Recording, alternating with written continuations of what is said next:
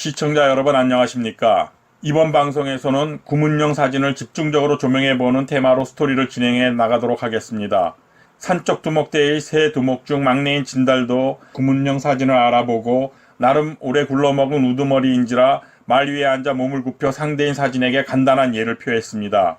하지만 구문령 사진은 도둑대 두목이 예를 차리는 것에 개의치 않고 그에게 온갖 못된 짓거리를 해대며 무고한 사람들을 죽이고 불을 놓는 등 양민들이 재물을 조금이 가책도 없이 털어대던 놈이 무슨 낯짝으로 가당차는 말을 해대느냐 라고 비꼬듯 말했습니다.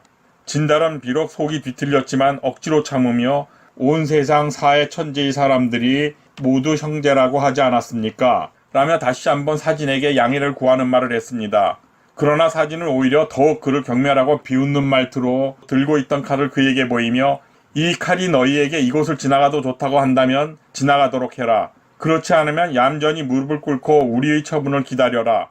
라고 말하며 그의 간청에 아랑곳하지 않았습니다. 구문령 사진이 비아냥거리는 말을 듣던 진달은 더 이상 참지 못하고 참고 참았던 분통을 터뜨리며 참으로 가서로운 촌놈이구나. 겁없이 까불고 있는 너를 달래볼 생각을 했지만 이제 더 이상 어찌해볼 방도가 없구나. 어서 덤벼보아라. 정신이 나가 겁없이 나불대는 주둥이를 다물게 해주겠다. 라고 소리치며 공격할 자세를 취했습니다. 그 소리를 듣고 있던 사진이 열이 뻗치자 칼을 높이 쳐들며 타고 있던 말의 배를 두 발로 힘껏 걷어차며 달려나갔고 진달 역시 사진에게 창을 거두며 말을 몰아 덤벼들었습니다. 한동안 말이 올라탄 두 사람은 혼신을 다해 상대를 공격하며 춤추듯 움직였으나 쉽게 승부가 나지 않았습니다. 그러나 산적 두목 진달의 무술 실력은 왕진에게 제대로 배운 무술을 철저히 훈련하며 연습을 해온 구문령 사진의 적수는 되지 못했습니다. 산적 두목 진달은 사진이 슬쩍 허점을 보이자 달려들어 창으로 구문령 사진을 향해 힘껏 찔렀습니다. 그러나 미리 다음 수를 생각하고 있던 사진은 슬쩍 허리를 옆으로 틀며 가슴께로 들어오는 창을 피하자 진달은 순간 수비할 자세가 흔들려 버렸고 사진은 그 틈을 놓치지 않았습니다. 순간 정신을 잃고 허점을 보인 진달을 향해 사진은 긴 팔을 뻗어 사정없이 허리춤을 움켜잡으며 강하게 기압을 넣으면서 그를 힘껏 끌어당겨 내팽개쳐 버렸습니다. 타고 있던 주인이 패대기 쳐지듯 땅바닥으로 떨어지자 진달이 타고 있던 말은 주인을 버리고 멀리 달아나 버렸습니다. 바닥에 패대기 쳐진 산적 두목을 쳐다보며 구문령 사진은 따라 나온 마을 청년들에게 기세등등한 자세로 저놈을 묶어라 하고 소리쳤습니다. 그 소리를 듣고 사진에게 제압당해 땅에 패대기 쳐진 진달에게 마을 청년들이 달려들어 꽁꽁 묶어버리자 그와 함께 기세 좋게 징을 울리고 함성을 지르며 마을 어귀로 내려왔던 150명의 졸개들은 놀라 산채로 달아나 버렸습니다. 진달을 사로잡은 구문령 사진은 호기가 하늘을 찌를 듯 치솟았고 잡아온 진달을 튼튼해 보이는 나무 기둥에 묶어놓고 관청에 사람을 보내 산적대를 제압한 사실을 알렸습니다. 그리고 이번 도적대 제압에 함께한 마을 사람들에게 술과 좋은 안주와 고기를 내놓아 모두 배불리 먹을 수 있도록 했습니다. 잔치 자리에서 마을 사람들은 이구동성으로 자네는 진정한 호걸이고 이제 우리 마을 사람들은 두 발을 쭉 뻗고 잘 수 있겠네 라고 구문령 사진의 용맹함과 공로를 칭송해 주었습니다.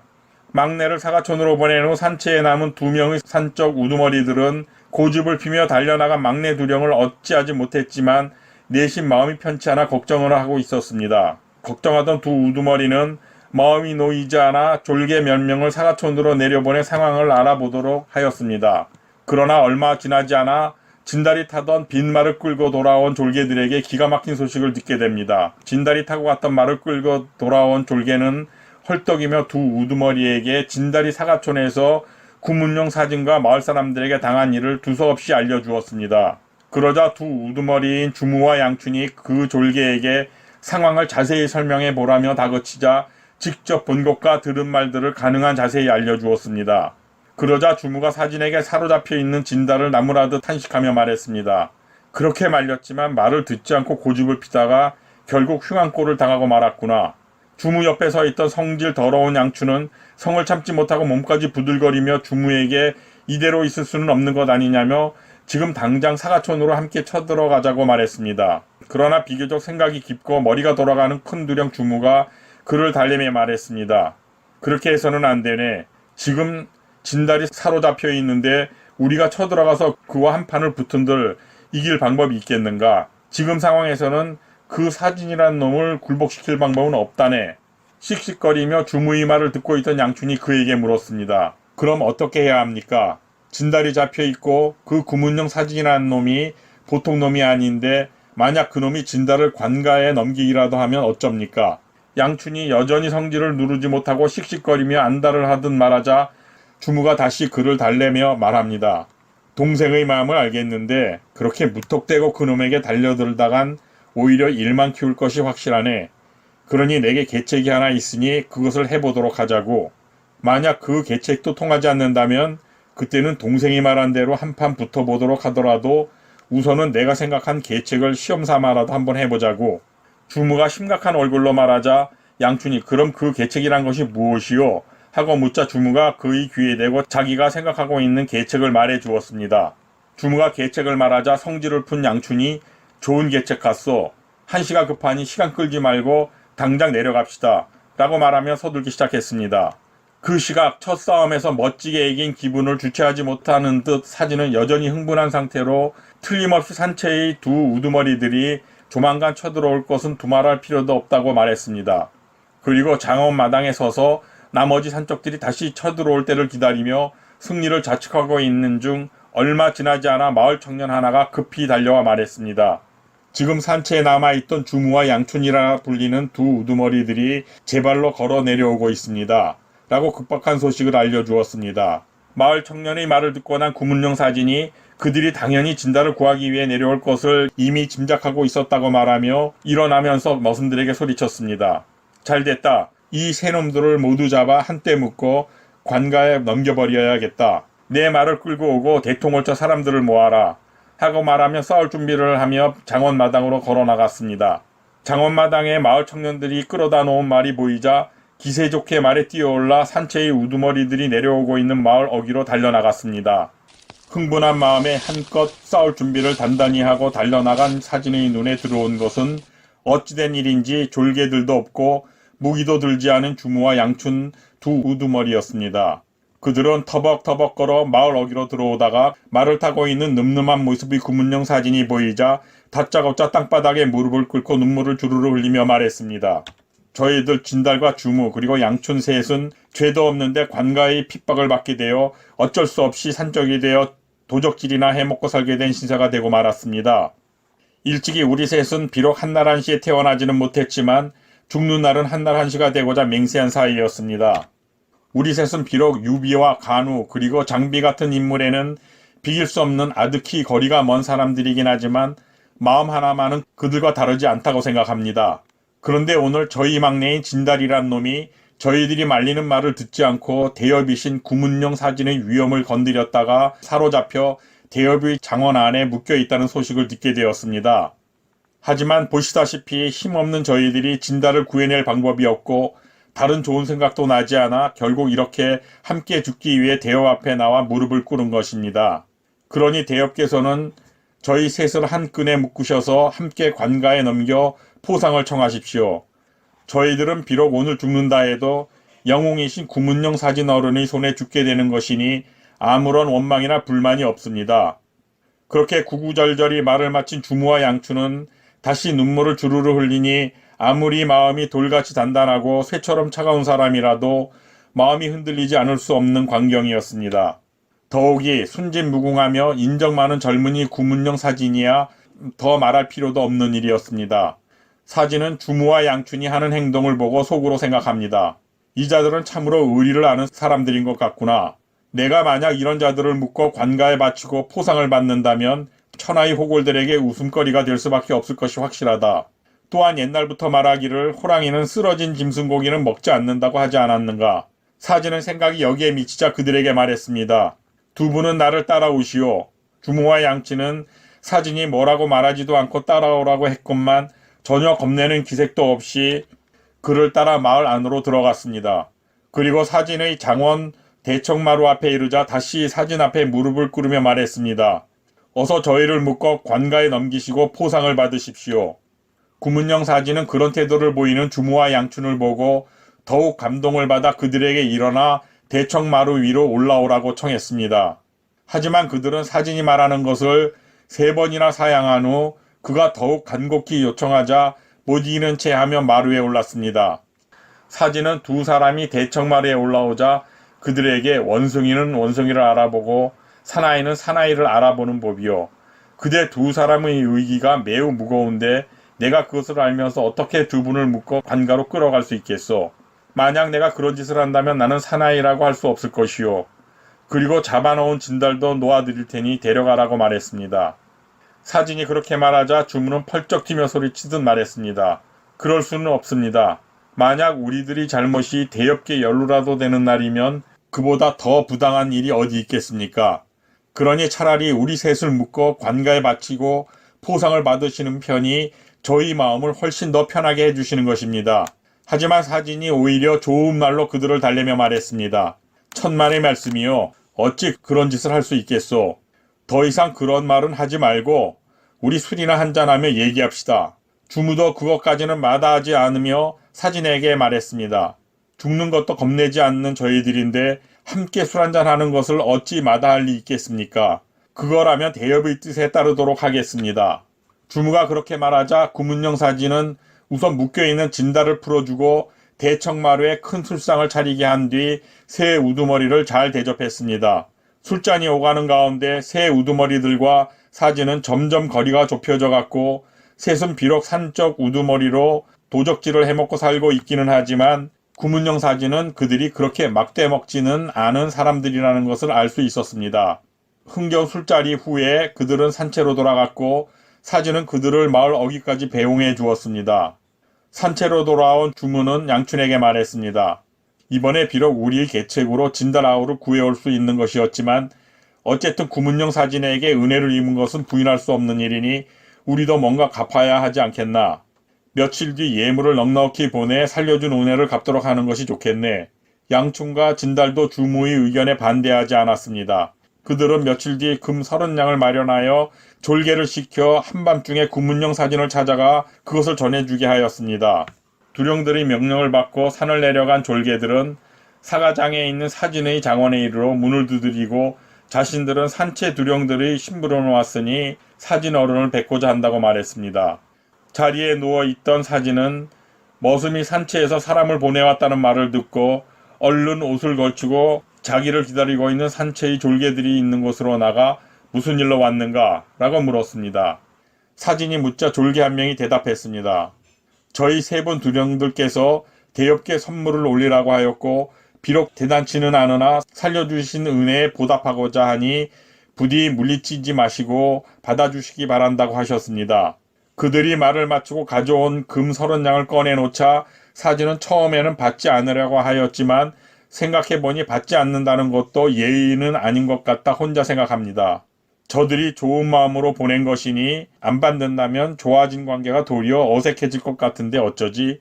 생각이 여기까지 미치자 사진은 그 예물을 받아들이기로 하였고 금덩이를 거둔 후 술상을 잘 차려 두 졸개들을 대접한 후 돌아갈 때 그들에게 은덩이를 주며 기분을 돋워주었습니다. 산채에서 예물을 보내온 다음날 사진은 보답을 해야 한다는 생각으로 머슴을 시장에 보내어 좋은 붉은 비단을 끊어오도록 하여 옷 3벌을 짓게 하였습니다.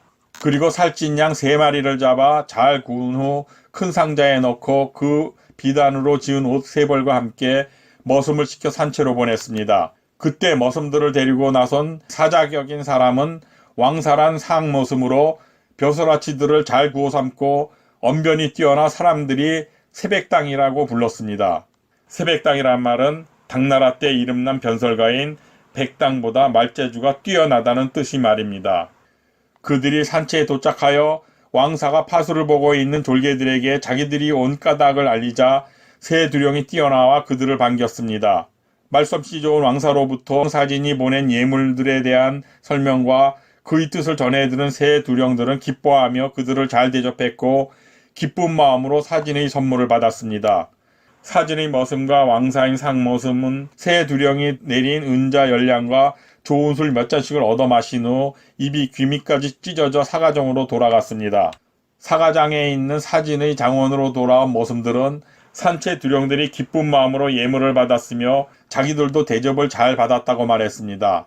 이렇게 시작된 사진과 산채의 새 두령들과의 관계는 갈수록 돈독해지며 서로 왕래하는 횟수가 점점 잦아져 마치 이웃 간에 왕래하는 것처럼 자연스러운 관계가 되었습니다. 보름에 한 번이 열흘에 한 번이 되고 열흘에 한 번이 닷새에 한 번이 되는 식으로 왕래가 잦아지더니 마침내 그들은 거의 매일 왕래를 하며 산채를 오르내리게 되었습니다. 사진은 산채의 두령들에게 예물을 보내거나 초대한다는 전가를 보낼 때는 주로 상머슴 왕사를 부렸습니다. 거의 매일 산채를 오르내리며 새 두령들과 친분을 쌓는 구문영 사진 못지않게 산채의 새 두령들도 자주 사람을 보내어 사진에게 금은 등 선물을 바쳤습니다. 구문영 사진과 산채의 주무, 양춘, 진달 세 두령이 서로에게 오가며 돈독한 사이가 되어가는 동안 세월은 흘러 8월 중추절이 되었습니다.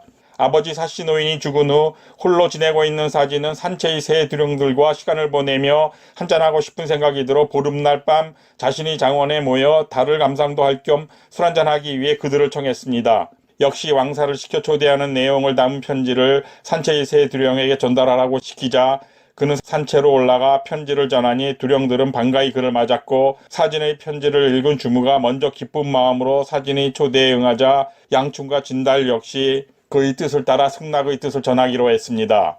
세 두령은 역시 왕사에게 자신들이 초대에 응하겠다는 내용을 적은 편지를 주며 사진에게 전하도록 했습니다. 산채의 세 두령들은 심부름으로 올라온 왕사가 자신들의 답장을 품고 돌아갈 때 은자 단량을 주며 독한 술 10잔도 마실 수 있게 하였던 것이 화근이 되어 내려오며 문제를 일으키게 됩니다. 이미 얼큰하게 취해 산을 내려오던 왕사는 내려오는 길에 산채를 자주 들러 심부름을 하며 알게 된 졸개 한 명을 만나자 인사를 나누고 헤어져야만 했지만 그 졸개가 그를 놔주지 않았습니다. 왕사는 놔주지 않고 딱 한 잔만 더 하자는 졸개의 청을 거절하지 못하고 주막에 들러 한 잔 더 걸치면서 모든 일이 꼬이기 시작합니다. 왕사는 그 졸개와 술 12잔을 더 마신 후 장원으로 출발했을 때 산채에서 먹은 술과 주막에서 졸개와 마신 술 때문에 이미 술이 머리 꼭대기까지 올라 꼭지가 가고 있었습니다. 아무리 취했어도 반드시 장원으로 돌아가야 하는 처지인지라 비틀거리면서도 걸었고 길을 걸을 때보다 비틀거리다 길바닥에 쓰러져 있을 때가 더 많았을 정도였습니다.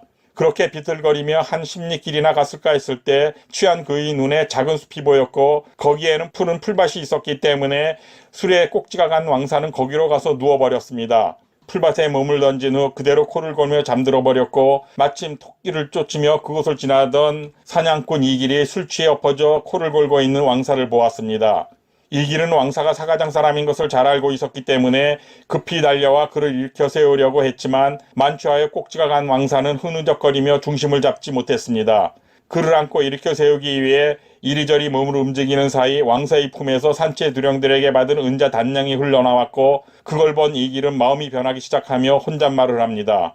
이놈이 엄청 취해 꼭지가 갔구먼. 옷 속을 찾아보면 은자가 더 있을지도 모르니 찾아보자 라고 말하며 그를 도로 바닥에 눕히고 벌어져 있는 옷 속으로 손을 넣고 뒤지기 시작합니다. 가슴께를 뒤지자 편지 한 통과 은자 몇 잎이 더 나왔고 그 은자만 갖고 달아나려던 이 길은 잠시 머뭇거리다 문득 편지를 펴보았습니다.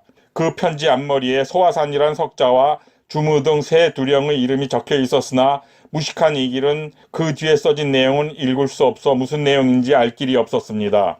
이 길은 한동안 편지의 내용을 몰라 아쉬워하며 뒤적거리다 중얼거리며 그것을 품에 넣었습니다. 이 길은 얼마 전 점을 쳐보았는데 거기서 나온 점괘가 올해 큰 재물이 생긴다고 했는데 혹시 이 편지가 그 복을 가져다 줄지도 모른다고 생각되었습니다. 그는 소화산 도적 우두머리 3명을 잡지 못하여 그들의 목에 포상금 3,000냥이 걸려 있다는 것을 알고 있었는데 편지에 써있는 글자들이 뭔가 기회가 될 것 같다는 생각이 들었습니다. 특히 장원의 사진이란 놈도 얼마 전 난쟁이 구울랑을 찾으려고 장원에 갔을 때 무엇을 엿보고 있냐며 소리를 꽥꽥 지르며 겁을 주던 것이 생각나 가만둘 수 없다고 생각했습니다.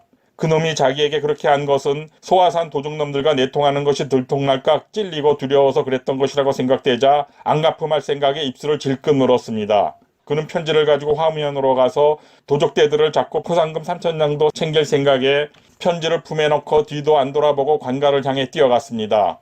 화우면 관가에 도착한 이 길은 관리 앞에 왕사에게 훔치듯이 가져온 은자와 편지를 내밀며 모든 것을 일러 바쳤습니다. 숲속에서 이 길이 자기 품속을 뒤져 은자와 편지를 가져간 것도 모른 채 늘어지게 한잠 자고 난 왕사는 초저녁이 돼서야 깨어났습니다. 이미 해가 저물어 달빛이 자신을 비추는 것을 보고 깜짝 놀라며 주위를 살폈고 주위는 단지 소나무와 풀들이 널려 있을 뿐 아무것도 없다는 것을 인식한 후 깜짝 놀라 가슴을 만졌습니다. 그러나 품속에는 두령들에게 받은 은자는 물론 그들이 사진에게 전하라고 준 편지도 없어진 것을 알고 여기저기 풀밭을 보았지만 아무것도 보이지 않았습니다. 은자는 그렇다 치고 편지는 어쩌지? 이걸 누가 훔쳐갔을까? 하며 머리를 굴려 보았지만 도무지 아무것도 떠오르지 않았습니다. 왕사는 만약 장원으로 돌아가 오는 길에 술에 취해 편지를 잃어버렸다고 하면 사진 나으리는 반드시 큰 성을 내고 나를 쫓아낼 것이 확실하다고 생각했습니다. 생각이 여기에 미치자 왕사는 편지를 받아왔다는 것을 알리지 않는다면 아무도 알 길이 없을 테니까 말하지 않기로 마음먹고 마을로 달려갔습니다. 사가정 장원에 도착했을 때 날은 이미 밝아오고 있었고 사진이 그에게 왜 이제야 돌아왔느냐고 물었습니다. 왕사는 사진의 질문을 받고 능청스레 대답합니다. 모두 나으리 덕분에 그렇게 되었습니다. 산채의 새 두령들이 저를 잡고 놔주질 않고 밤새 술을 마시느라 이렇게 늦어진 것입니다. 그러자 사진이 다시 물었습니다. 답장은 없었느냐? 사진은 자기가 편지를 보내면 산채의 두령들은 거의 답장을 써서 심부름으로 온 머슴에게 건네주는 것이 상례였기 때문에 확인차 물었습니다. 사진이 답장에 대해 묻자 왕사는 술 취해 잃어버린 산채 두령들의 답장이 생각나 불안했지만 겉으로는 내색하지 않고 적당히 둘러댔습니다. 원래 산채의 두령 세 분은 답장을 써줄 생각이었지만 어차피 곧 내려가 사진에게 갈 것인데 꼭 답장을 해야 할 필요도 없을 것 같다고 하셨습니다. 그리고 저는 그분들이 내준 술을 좀 과하게 마신 터라 취해 있었기 때문에 자칫 편지를 잃어버릴 위험도 있고 해서 굳이 써달라는 말을 하지 않았습니다. 라고 임기응변으로 대답했습니다. 왕사의 둘러대는 말을 듣고 난 사진은 말이 앞뒤가 틀리지 않자 사람들이 너를 백당보다는 말재주가 낫다고 하더니 이제 그 이유를 알겠다 라고 말하며 오히려 그를 칭찬해 주었습니다.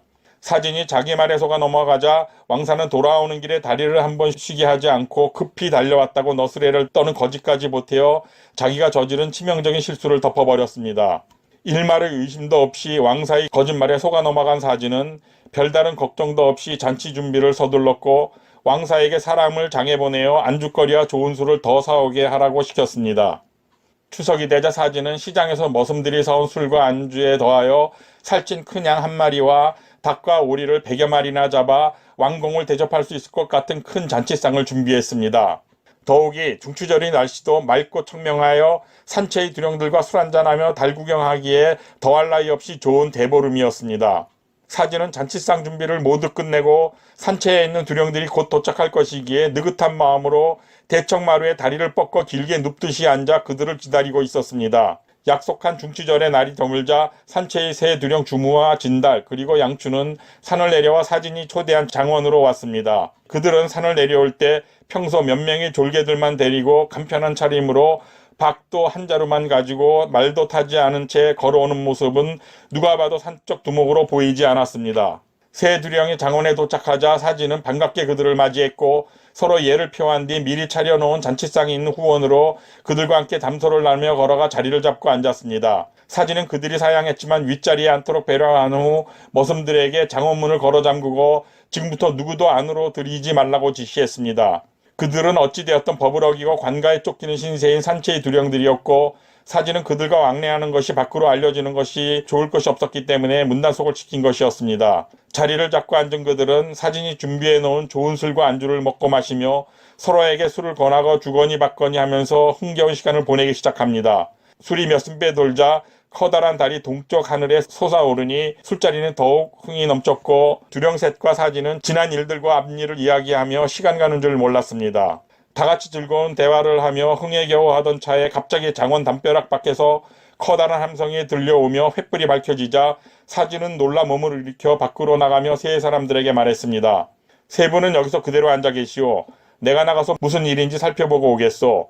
그리고 머슴들에게 대문을 절대 열지 말도록 한 뒤 사다리를 담에 걸치고 올라가 밖을 내다보며 상황을 살폈습니다. 사진의 눈에 들어온 것은 놀랍게도 화우면 현이와 그 곁에 함께 서 있는 낯익은 도두 두 사람이 장원을 둘러싸고 있는 300명가량의 군사들과 함께 있는 것이었습니다. 그들은 분명 지금 장원에서 술을 마시며 달구경을 하고 있는 산채의 새 두령들이 있다는 것을 알고 관군을 동원해 잡으러 온 것이 분명했습니다. 안으로 들어간 사진은 밖의 상황을 그들에게 알려주며 괴로워하면서 지금부터 어찌하는 게 좋을지 서로 머리를 맞대고 상의했고 새 두령이 사진에게 말했습니다. 그대는 원래 죄가 없으니 우리를 얼른 관가에 넘기고 상을 받으시오. 그렇게 해서라도 그대가 우리와 엮이지 않는다면 우린 더 이상 바랄 게 없소이다. 그러나 사진은 펄쩍 뛰며 아니외다. 어찌 그런 짓을 할 수 있겠소.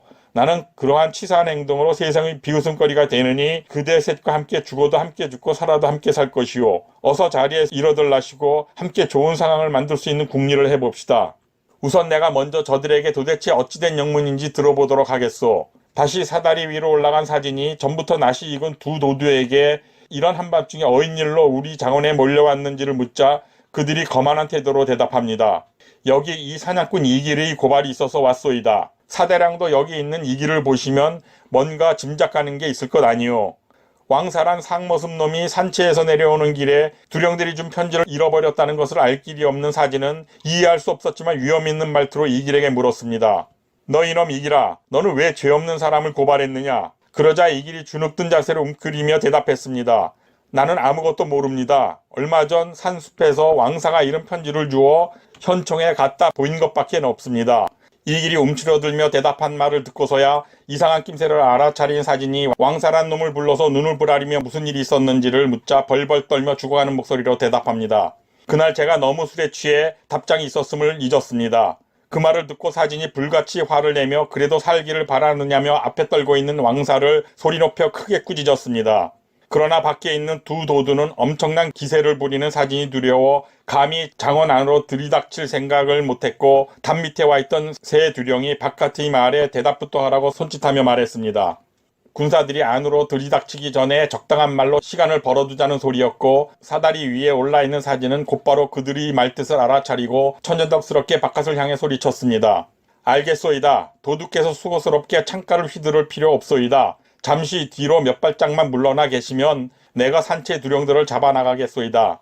은근히 사진이 두려웠던 두 도두는 그의 말을 듣고 오히려 잘됐다 생각하고 고개를 끄덕이며 선선히 그의 말대로 몇 발짝 물러나며 말했습니다. 알겠소. 우린 아무 짓도 안 하고 당신이 그들을 묶고 나오면 우리와 함께 현충으로 가서 그들 목에 걸린 상금이나 청합시다. 어느 정도 시간을 번 뒤 곧바로 사다리 아래로 내려가 왕사를 불러 한 칼에 죽여버린 후 머슴들에게 집안에 감나갈 만한 물건들을 모조리 짐을 꾸려 나서도록 하라고 지시합니다. 머슴들이 감나가는 물건들을 꾸려 등에 짊어지고 나오자 그들에게 수십 개의 횃불을 만들게 한 뒤 장원 뒤편에 있는 새 두령들에게 말했습니다. 우리 모두 갑옷을 단단히 차려입고 박도를 뽑아들고 틈이 있는 곳을 찾아 힘으로 뚫고 나가야 할 것 같소이다. 대충 준비가 끝나자 사진은 장원 뒤쪽에 있는 초가에 먼저 불을 질렀고 불길이 있는 것을 본 관군들이 그쪽으로 우르르 몰려가기 시작하자 사진은 다시 가운데 있는 본가에 불을 질렀습니다. 그러자 관군들은 더욱 혼란스럽게 갈피를 못 잡고 우왕좌왕하자 사진과 새 두령들은 머슴들을 몰고 정원 앞문을 활짝 열어젖히며 커다란 함성을 지르며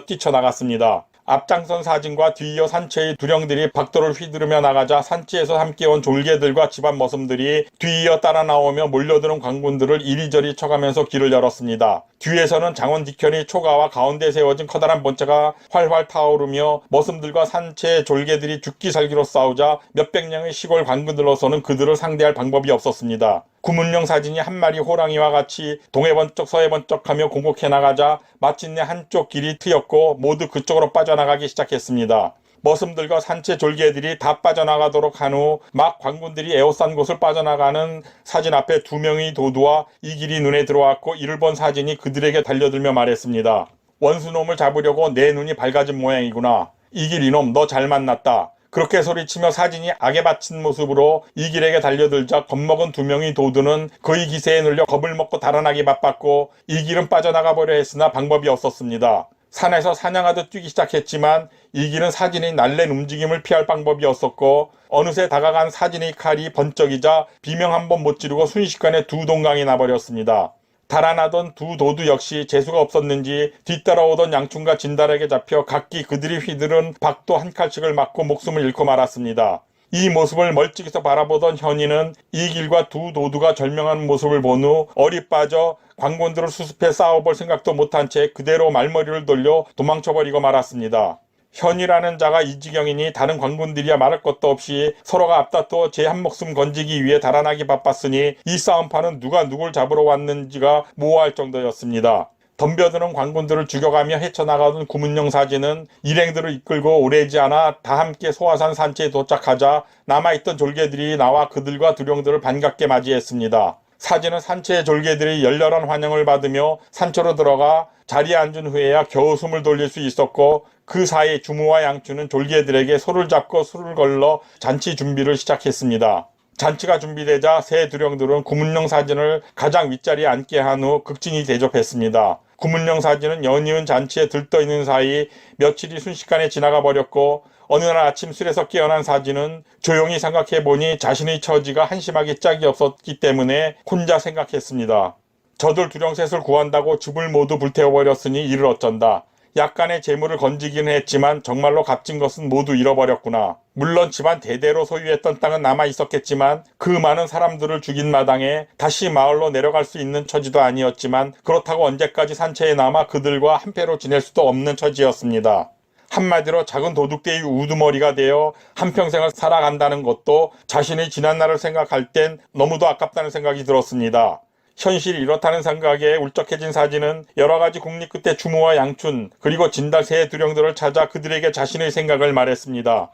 내 스승이신 왕겨두님이 관서의 경락부에 계시니 나는 먼저 그분들을 찾아뵈어야겠소. 아버님이 돌아가신 지금 달리 가볼 곳도 없는 데다 집과 재산들을 모두 잃은 상황이 됐으니 어쩌겠소. 상황이 이러니 스승님을 찾아뵙고 앞날을 의논해보고 다음 일들을 준비해보는 것이 가장 현명한 뜻하고 지금으로선 그것이 최선일 뿐이라고 생각된다오. 구문영 사진이 하는 말을 듣고 난 새 두령들은 사진의 생각을 굳고 말리며 그에게 말했습니다. 안 됩니다. 우리는 형을 그렇게 그냥 보내드릴 수는 없습니다. 산채에 며칠 더 묵으시면서 따로 좋은 궁리를 짜내보도록 합시다. 만약 형께서 우리들과 같이 지내시는 것이 싫으시다면 바깥이 조용해지고 안정된 후에 우리들이 형의 모든 것을 되일으켜 드리겠습니다. 타버린 집도 다시 지어드리고 있는 땅이 황폐해졌다면 다시 일궈드리면 될 것이고, 그러면 형은 예전처럼 양민으로 돌아가시면 될 것입니다. 새 두령들이 진심으로 그를 만류하며 당분간 산채에 머물며 자기들과 함께 생활하자고 설득했지만 사진은 자신의 뜻을 굽히지 않고 강한 의지를 보이며 그들에게 말했습니다. 만약 그대들이 진정 나를 생각해준다면 이제 내 갈 길을 가기 위해 떠나려는 나를 붙잡으려 하지 말아주시오. 내가 스승이 계신 곳으로 가 그분을 찾게만 된다면 거기서 이 한 몸이 뒤집어 쓴 허물을 털어버릴 수 있는 길을 얻을 수 있을 것이오. 아직은 많이 남아있는 내 자신의 앞날을 위해서라도 나는 가야만 된다고 생각되니 그대들은 나를 더 이상 붙들지 말아주면 고맙겠어. 그러자 새 두령이 사진에게 다시 말했습니다. 형이 그렇게 생각하신다면 여기서 이 산채의 주인이 되어 지내시는 것은 어떻겠습니까? 비록 이것은 산채가 작고 편안한 곳도 아니긴 하지만 이곳의 주인으로 계시는 것도 또한 인생의 한 가지 길은 될 수 있지 않겠습니까? 주무가 다시 그렇게 권했지만 구문영 사진은 이미 자신이 결정한 뜻은 조금도 흔들리지 않고 의지를 바꾸지 않으며 그에게 말했습니다. 나는 원래 일체 허물이 없는 장부였어. 어떻게 부모님들로부터 받은 깨끗한 몸과 이름을 이런 산채에 머물며 더럽힐 수 있겠소. 나에게 산 도적이 되라는 말은 두 번 다시 하지 말아주시오. 말을 마친 사진은 나를 정해 떠날 것만을 고집하자 새 두령은 여전히 고집을 피우는 그에게 생각을 바꾸라며 설득해 보았지만 끝내 사진을 산채에 잡아둘 수는 없었습니다. 비록 아직 젊고 혈기가 왕성해 대대로 물려내려온 가문의 재산과 자존심을 일순간 망가뜨려버리는 것이 실수였다면 큰 실수라고 할 수 있는 일을 저지른 후였지만 더 이상 기분만을 생각할 수는 없었던 것입니다. 아마도 사진은 아버지가 돌아가시지 않고 함께 생활하는 상황이었다면 지금과 같이 어처구니 없고 가벼운 행동을 하여 온 가문을 흔들어버리는 일은 절대 없었다는 것은 당연했을 겁니다. 하지만 구문영 사진은 장부답게 지난 행위에 대한 후회는 일체하지 않았고 앞길이 만족스러운 행보를 시작할 생각만을 하고 있는 것이라고 할 수 있었습니다. 그들과 대화를 하고 난 며칠 뒤에 구문영 사진은 더 이상 미련을 갖지 않고 소화산의 산치를 떠나갑니다. 마을에서 관군들과 싸움을 하며 데려온 머슴들과 동네 젊은이들은 모두 산채에 남기고 그들에게 지고 오게 한 재물들도 노자로 쓸 은자 몇 냥을 빼고는 모두 산채에 맡긴 채였습니다. 생각지도 못했던 일에 우연히 말겨들고만 일탈이 상황에서 과감히 벗어나 다시 원래의 자신이 있던 위치인 법과 제도 속으로 되돌아가려는 일종의 몸부림의 시작인 것이었습니다. 구문영 사진이 이럴 수 있는 자세가 바로 그들 산채의 새 두령인 주무와 양춘 그리고 진달과 같은 인간들과는 시작부터 근본적으로 다른 인간이었다는 것을 나타내는 것이었습니다. 장부로서 비록 일순간 젊은 기분에 이끌려 돌이키기 힘든 과오를 저지르는 실수를 범했었으나 곧 제정신을 차리고 일탈에서 벗어나려는 의지를 떠올렸지만 떠나려는 그의 마음속은 한편으로는 후련하기도 했고 다른 한편으로는 형언할 수 없는 자괴감이 온통 자신을 감싸고 있는 것 같은 느낌이 드는 것도 벗어버릴 수 없는 현실이었습니다. 구문영 사진은 드디어 한동안 산채에서 취해 살며 몽롱한 시간을 보내던 상황에서 벗어나 큰 결심을 하고 스승인 왕교들을 찾아 길을 떠납니다. 산채 두령들인 주무와 진달 그리고 양춘을 비롯한 많은 졸개들이 눈물 어린 전송을 받으며 소화산이 산채를 떠난 사진은 스승이 계신 관서로 가는 큰 길을 잡아 걸었습니다. 그가 관서로 가는 것은 연안부에 있을 것으로 알고 있는 스승 왕진을 찾아보기 위해서였습니다만 과연 그를 만날 수 있을지는 알 수 없었고 그의 앞길이 어떻게 펼쳐질지도 알 수 없었습니다. 관서의 연안부를 향해 걸어가는 사진의 차림새는 그럴듯했지만 몸에 진 것이라곤 칼 한 자루와 개나리 벗짐 하나뿐인 나그네의 모습일 뿐이었습니다. 따라서 지금 구문영 사진의 모습은 과거에 사가정이 거대한 장원의 젊은 주인으로서 외부로 보여주던 위풍당당하고 늠름한 모습은 어디론가 날아가 버린 것인가 별로 남아있지 않았습니다. 태어나 처음으로 사가장을 떠나 먼 길을 걸으며 목적지로 가는 구문영 사진은 배가 고프며 주막에 들러 밥을 사 먹고 목마르면 술 한 잔이나 물을 마시며 줄곧 걸음을 재촉했습니다. 그는 밤에도 새벽이 질 때까지 목적지인 연안부를 향해 지치지 않고 걸어갔지만 그의 발걸음이 사가정에서 한 발짝 멀어질 때마다 그의 인생판도 역시 그만큼 달라지고 있었습니다. 그렇게 걷기를 약 보름이 지났을 무렵 구문영 사진은 그럭저럭 멀리 위주가 보이는 곳에 이르렀습니다. 멀리 보이는 성문을 바라보며 사진은 속으로 중얼거렸습니다. 이곳에도 경락부가 있으니 혹시 스승님이 여기에 계실지도 모르겠으니 한번 알아보기나 해야겠구나. 그런 생각을 하고 나니 갑자기 마음이 다급해진 구문영 사진은 걸음을 빨리 재촉하여 성 안으로 들어갔습니다. 장원을 떠나 무작정 스승 왕진을 찾기 위해 관서지방의 연안부로 발길을 옮기던 중 10여일을 쉬지 않고 걸은 뒤 위주에 도착하여 성 안으로 들어갑니다. 성 안에 도착한 후 위주에서도 경락부가 있다는 것을 알고 있었기 때문에 혹시 스승인 왕진이 이곳에 있을지도 모른다는 생각이 들자 마음이 급해지기 시작합니다. 위주 역시 다른 큰 고을들처럼 각 지역들이 큰 지역은 가와 작은 지역은 시로 구분이 잘 되어 있었고 아담한 찻집이 길 한 모퉁이에 자리 잡고 있었습니다. 그곳에 적지 않은 사람들이 드나들고 있었고 마침 목도 축일 겸 들어가 혹시 스승인 왕진의 소식도 들을 수 있을지 모른다는 기대로 자리를 잡고 앉았습니다. 사진이 찻집에 들어 자리를 잡고 앉자 주인이 주문을 받기 위해 그에게 다가와 손님은 무슨 차를 주문하시겠습니까? 하고 물었습니다. 포차를 주시오 하고 대답하자 주인은 곧 차를 마실 수 있는 준비를 해서 조그만 탁자에 올려놓고 들고 나오자 사진이 그에게 물었습니다. 여기서 포차라는 것은 차의 종류가 아니라 중국 사람들이 즐겨하는 차 마시는 방법을 말합니다. 조그만 차 주전자에 찻잎을 잔뜩 넣고 더운 물을 넣어 우려낸 후 조그만 잔에 따라 마시는 방법인데 한번 찻잎을 넣으면 대개 7이나 8주전자를 마시게 됩니다. 주인장 혹시 경락부가 어디에 자리 잡고 있는지 아시오? 질문을 받은 주인은 앞쪽을 가리키며 저 길로 쭉 올라가면 멀지 않은 곳에 있다고 알려줍니다. 사진은 주인장이 경락부를 잘 알고 있는 것 같이 보이자 그 경락부에 혹시 동경에서 온 왕교두 왕진이란 분이 있나를 물었습니다. 그러자 주인은 이곳 경락부에는 교두 자리가 많고 특히 왕씨성을 가진 교두도 몇 명이나 되기 때문에 확실히 알지는 못한다고 대답합니다. 사진과 주인장이 대화하는 중에 찻집 안으로 몸집이 크고 우락부락해 보이는 것이 군관처럼 보이는 사내가 건들거리며 들어와 두 다리를 떡하니 벌리며 앉았습니다. 사물옷권 만자정 두 곤을 쓰고 푸른 점퍼를 걸치고 문물을 아울러 나타내는 띠를 허리에 두른 모습이 범상해 보이지 않았기 때문에 은근히 마음이 끌렸습니다. 키는 팔척이었고 상당히 두터워 보이는 허리를 하고 있었으며 둥근 얼굴에 큰 귀와 곧은 코, 네모진 입을 하고 있는 모습이 보이기만 해도 힘께나 쓸 것 같아 보였습니다. 그가 자리를 잡고 앉자 주인장이 사진에게 저분은 이곳 제알인데 찾으시려는 왕교두에 대해서 잘 알 수도 있을 것이니 물어보라고 수건으로 탁자를 닦으며 말했습니다. 여기서 제알이라는 직위는 하급 군관으로 지금의 부사관 정도 되는 계급의 군인을 말합니다. 그 제알이라는 남자에게 처음부터 마음이 끌리고 있었기 때문에 사진은 주인장의 말을 듣고 자리에 일어나 그가 앉은 자리 앞에 서서 합석할 것을 제안했습니다. 그리고 사진은 그의 대답을 듣기도 전에 자리에 앉으며 차라도 한 잔 대접해 올리고 싶다고 기죽지 않는 자세로 그 제알을 똑바로 쳐다보며 말했습니다. 그 남자도 사진의 크고 떡 벌어진 신체와 씩씩한 태도가 마음에 들었는지 자리에서 엄거주춤 일어서며 예를 표하자 사진은 그에게 다시 물었습니다.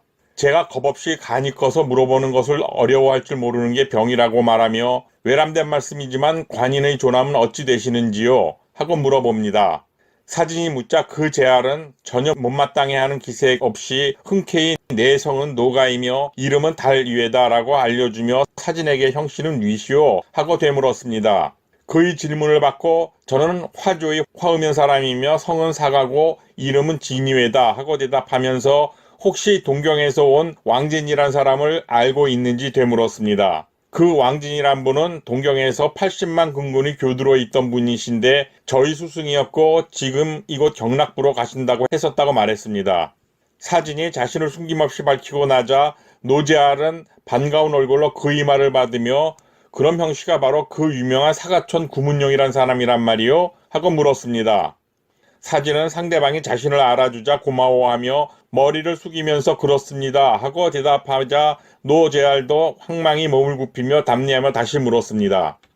이름을 100번 듣는 것보다는 한 번 보는 것이 낫다고 하더니 그 말이 맞는 것 같구려. 형씨가 찾는 왕교두란 분이 동경에서 고태위의 미움을 사 쫓기고 있는 그분이시오? 노제알이 묻자 사진은 예 그렇습니다 라고 대답합니다. 나도 그분의 말은 들어서 알고 있는데 여기에는 계시지 않고 듣기로는 연안부의 노충 경락상공에게 가 있다고 하오. 이것 위주는 소충 경락상공이 맡아 지키는 지역인데 이르러 오지는 않았소이다. 그건 그렇고 그대가 바로 사대엽이라면 내가 많이 들은 이름이라고 말했습니다. 그리고 여기서 궁상맞게 차나 마시고 있을 게 아니라 내가 잘 알고 있는 큰 술집에 가서 같이 술이나 한잔 하면서 이야기하자고 제안합니다. 앞에 있는 사진이 자신이 익히 소문을 들어서 알고 있던 그 사람이라는 것을 확인한 노달은 사진의 손목을 끌듯이 잡고 찻집을 나서다가 대뜸 찻집 주인장에게 말합니다. 찻값은 내가 갚아줄 테니 그리하시오. 그러자 주인장은 허리를 굽신하며 제알님이라면 어떻게 하셔도 좋으니 그렇게 하시라고 말합니다. 두 남자가 팔짱을 낀 듯한 모습으로 찻집을 나와 얼마 지나지 않은 거리 한복판을 지나갈 때 근처 공터에 많은 사람들이 빙 둘러 모여 서 있는 모습들이 보였습니다. 그 모습에 궁금증 발동한 사진이 노제알에게 형씨 우리도 뭔 일인가 잠시 구경하고 갑시다 라고 말을 했습니다. 노달도 그의 제안에 마다하지 않고 사람들이 둘러서 있는 곳으로 가자 사람들 가운데 한 남자가 긴 막대를 짚고 서 있었고 바닥에는 몇 가지 고약이 놓여 있었습니다. 아마 거리에서 창이나 막대 등 재주를 보여주며 약을 파는 약쟁이들인 것 같아 보였습니다. 사진이 고약이 놓여 있는 옆에 긴 막대를 들고 있는 남자가 뜻밖에도 눈에 익은 것 같아 자세히 보자 그만 놀라서 할 말을 잊었습니다. 그 남자는 바로 자기에게 처음으로 봉수를 가르쳤던 스승이었고 타오장 이충이라는 사람이었습니다. 사진은 사람들 사이에 낑겨선 자리에서 그를 향해 선생님 참으로 오랜만에 뵙습니다 라고 큰 소리로 인사를 드립니다. 타오장 이충도 사진을 금세 알아보고 반갑게 그 인사를 받았습니다. 아니 자네가 여기 웬일인가? 그가 사진에게 묻는 사이에 노달이 끼어들며 이충에게 기왕 여기 이 사형의 스승이 되시는 분이시라니 함께 가서 술이라도 몇 잔 나누며 회포를 푸시자고 제안했습니다. 그러나 이충은 어차피 데리고 있는 아이놈에게 잔돈도 세매줘야 하니 팔고 있던 고약이나 다 팔고 나서 갈 테니 잠시만 기다려달라고 말했습니다. 그러나 성질급한 노제알이 난감해하는 이충의 말을 듣고도 큰 소리로 말을 합니다. 그때까지 언제 기다린단 말이요. 그러지 말고 어서 갑시다. 당장 술이 급해진 노달이 이것저것 가리지 않고 이충에게 억지를 쓰며 말하자 이충이 다시 사정하듯 말합니다. 약을 팔지 않으면 먹고 입을 길이 없는데 어쩌겠습니까? 그러니 사진과 제알님 두 분이 먼저 가서 술 한잔 하시면서 기다리면 곧 가겠습니다. 라고 말했습니다. 그러나 그 제안을 받아들일 만큼 참을성이 없는 노달은 서 있는 사람들에게 욕설을 퍼부으며 무슨 구경이 났다고 모여서 지랄들이냐며 어서들 꺼져버리라고 말합니다. 그러면서 무쇠 같은 주먹을 높이 쳐들고 어서 꺼져버리지 않으면 내게 두들겨 맞을 줄 알라고 말하며 곧 휘두를 것 같은 자세를 취하자 모두들 혼비백산하여 흩어졌습니다. 잠시 후 공터에는 그 약쟁이 2층과 사진 그리고 노달만 남게 되었고 이에 2층은 화가 치밀어 올랐지만 워낙 거칠게 구는 노달을 보며 감히 성은 내지 못합니다. 사진은 입장이 좀 그랬지만 결국 노달의 거칠고 어이없는 행동을 보면서 서로의 입장을 생각하며 더 이상 개입하지 못하고 보고만 있을 수밖에 없었습니다. 결국 이축은 쓴 웃음을 지으며 그럼 성질 되게 더럽구먼 하는 혼잣말을 하며 바닥에 놓여있는 고약을 챙겨들었고 노달은 그들을 근처 다리 건너편에 있는 방가라는 고급 술집으로 데려갔습니다. 술집 안으로 들어간 세 사람은 위층이 제초가 한 구석에 자리 잡고 주인 자리에 노달 자신이 앉으며 맞은편에 2층이 그리고 조금 자리를 낮춰 사진이 앉게 하였습니다. 노달을 알아본 주인장은 뛰듯이 다가와 술을 얼마나 내올까와 무슨 안주를 준비할 것인가를 물었습니다. 노달은 우선 사각만 내오시오 하고 말했습니다. 여기서 사각은 요즘의 3업 정도 되는 양입니다. 노달이 말하자 주인장은 다시 안주는 어떻게 준비하면 되겠냐고 다시 물었습니다. 별걸 다 물어보는군. 팔아먹고 싶은 게 있으면 뭐든지 좋으니까 다 내오시오. 쓸데없이 신경 쓰이게 굴지 말고 돈은 나중에 갚아주겠소이다 하고 노달이 대답합니다. 노달이 워낙 퉁명스럽고 거칠게 말을 하자 주인장은 더 이상 묻지 않고 주방 쪽으로 돌아갔습니다. 주인장은 노달이 오면 의뢰하는 짓거리였기 때문에 이미 잘 숙달된 것처럼 더 이상 아무것도 묻지 않고 그의 식성을 잘 알고 있었기 때문에 알아서 안주를 준비했습니다. 잠시 후 대운술과 노달이 평소 식성대로 모두 고기로만 요리된 안주를 들고 나와 식탁에 놓고 갔습니다. 술이 몇 순배 돌자 세 남자는 세상사와 창칼 쓰는 방법 등으로 대화를 이어나갔고 모두 싸움이라면 한 가닥씩 하는 남자들인지라 갈수록 한층 신명이 나기 시작합니다. 그들이 한창 대화를 하는 동안 언제부터인가 옆방에서 젊은 여자 우는 소리가 들려와 신명나는 그들의 대화가 흩어지기 시작합니다.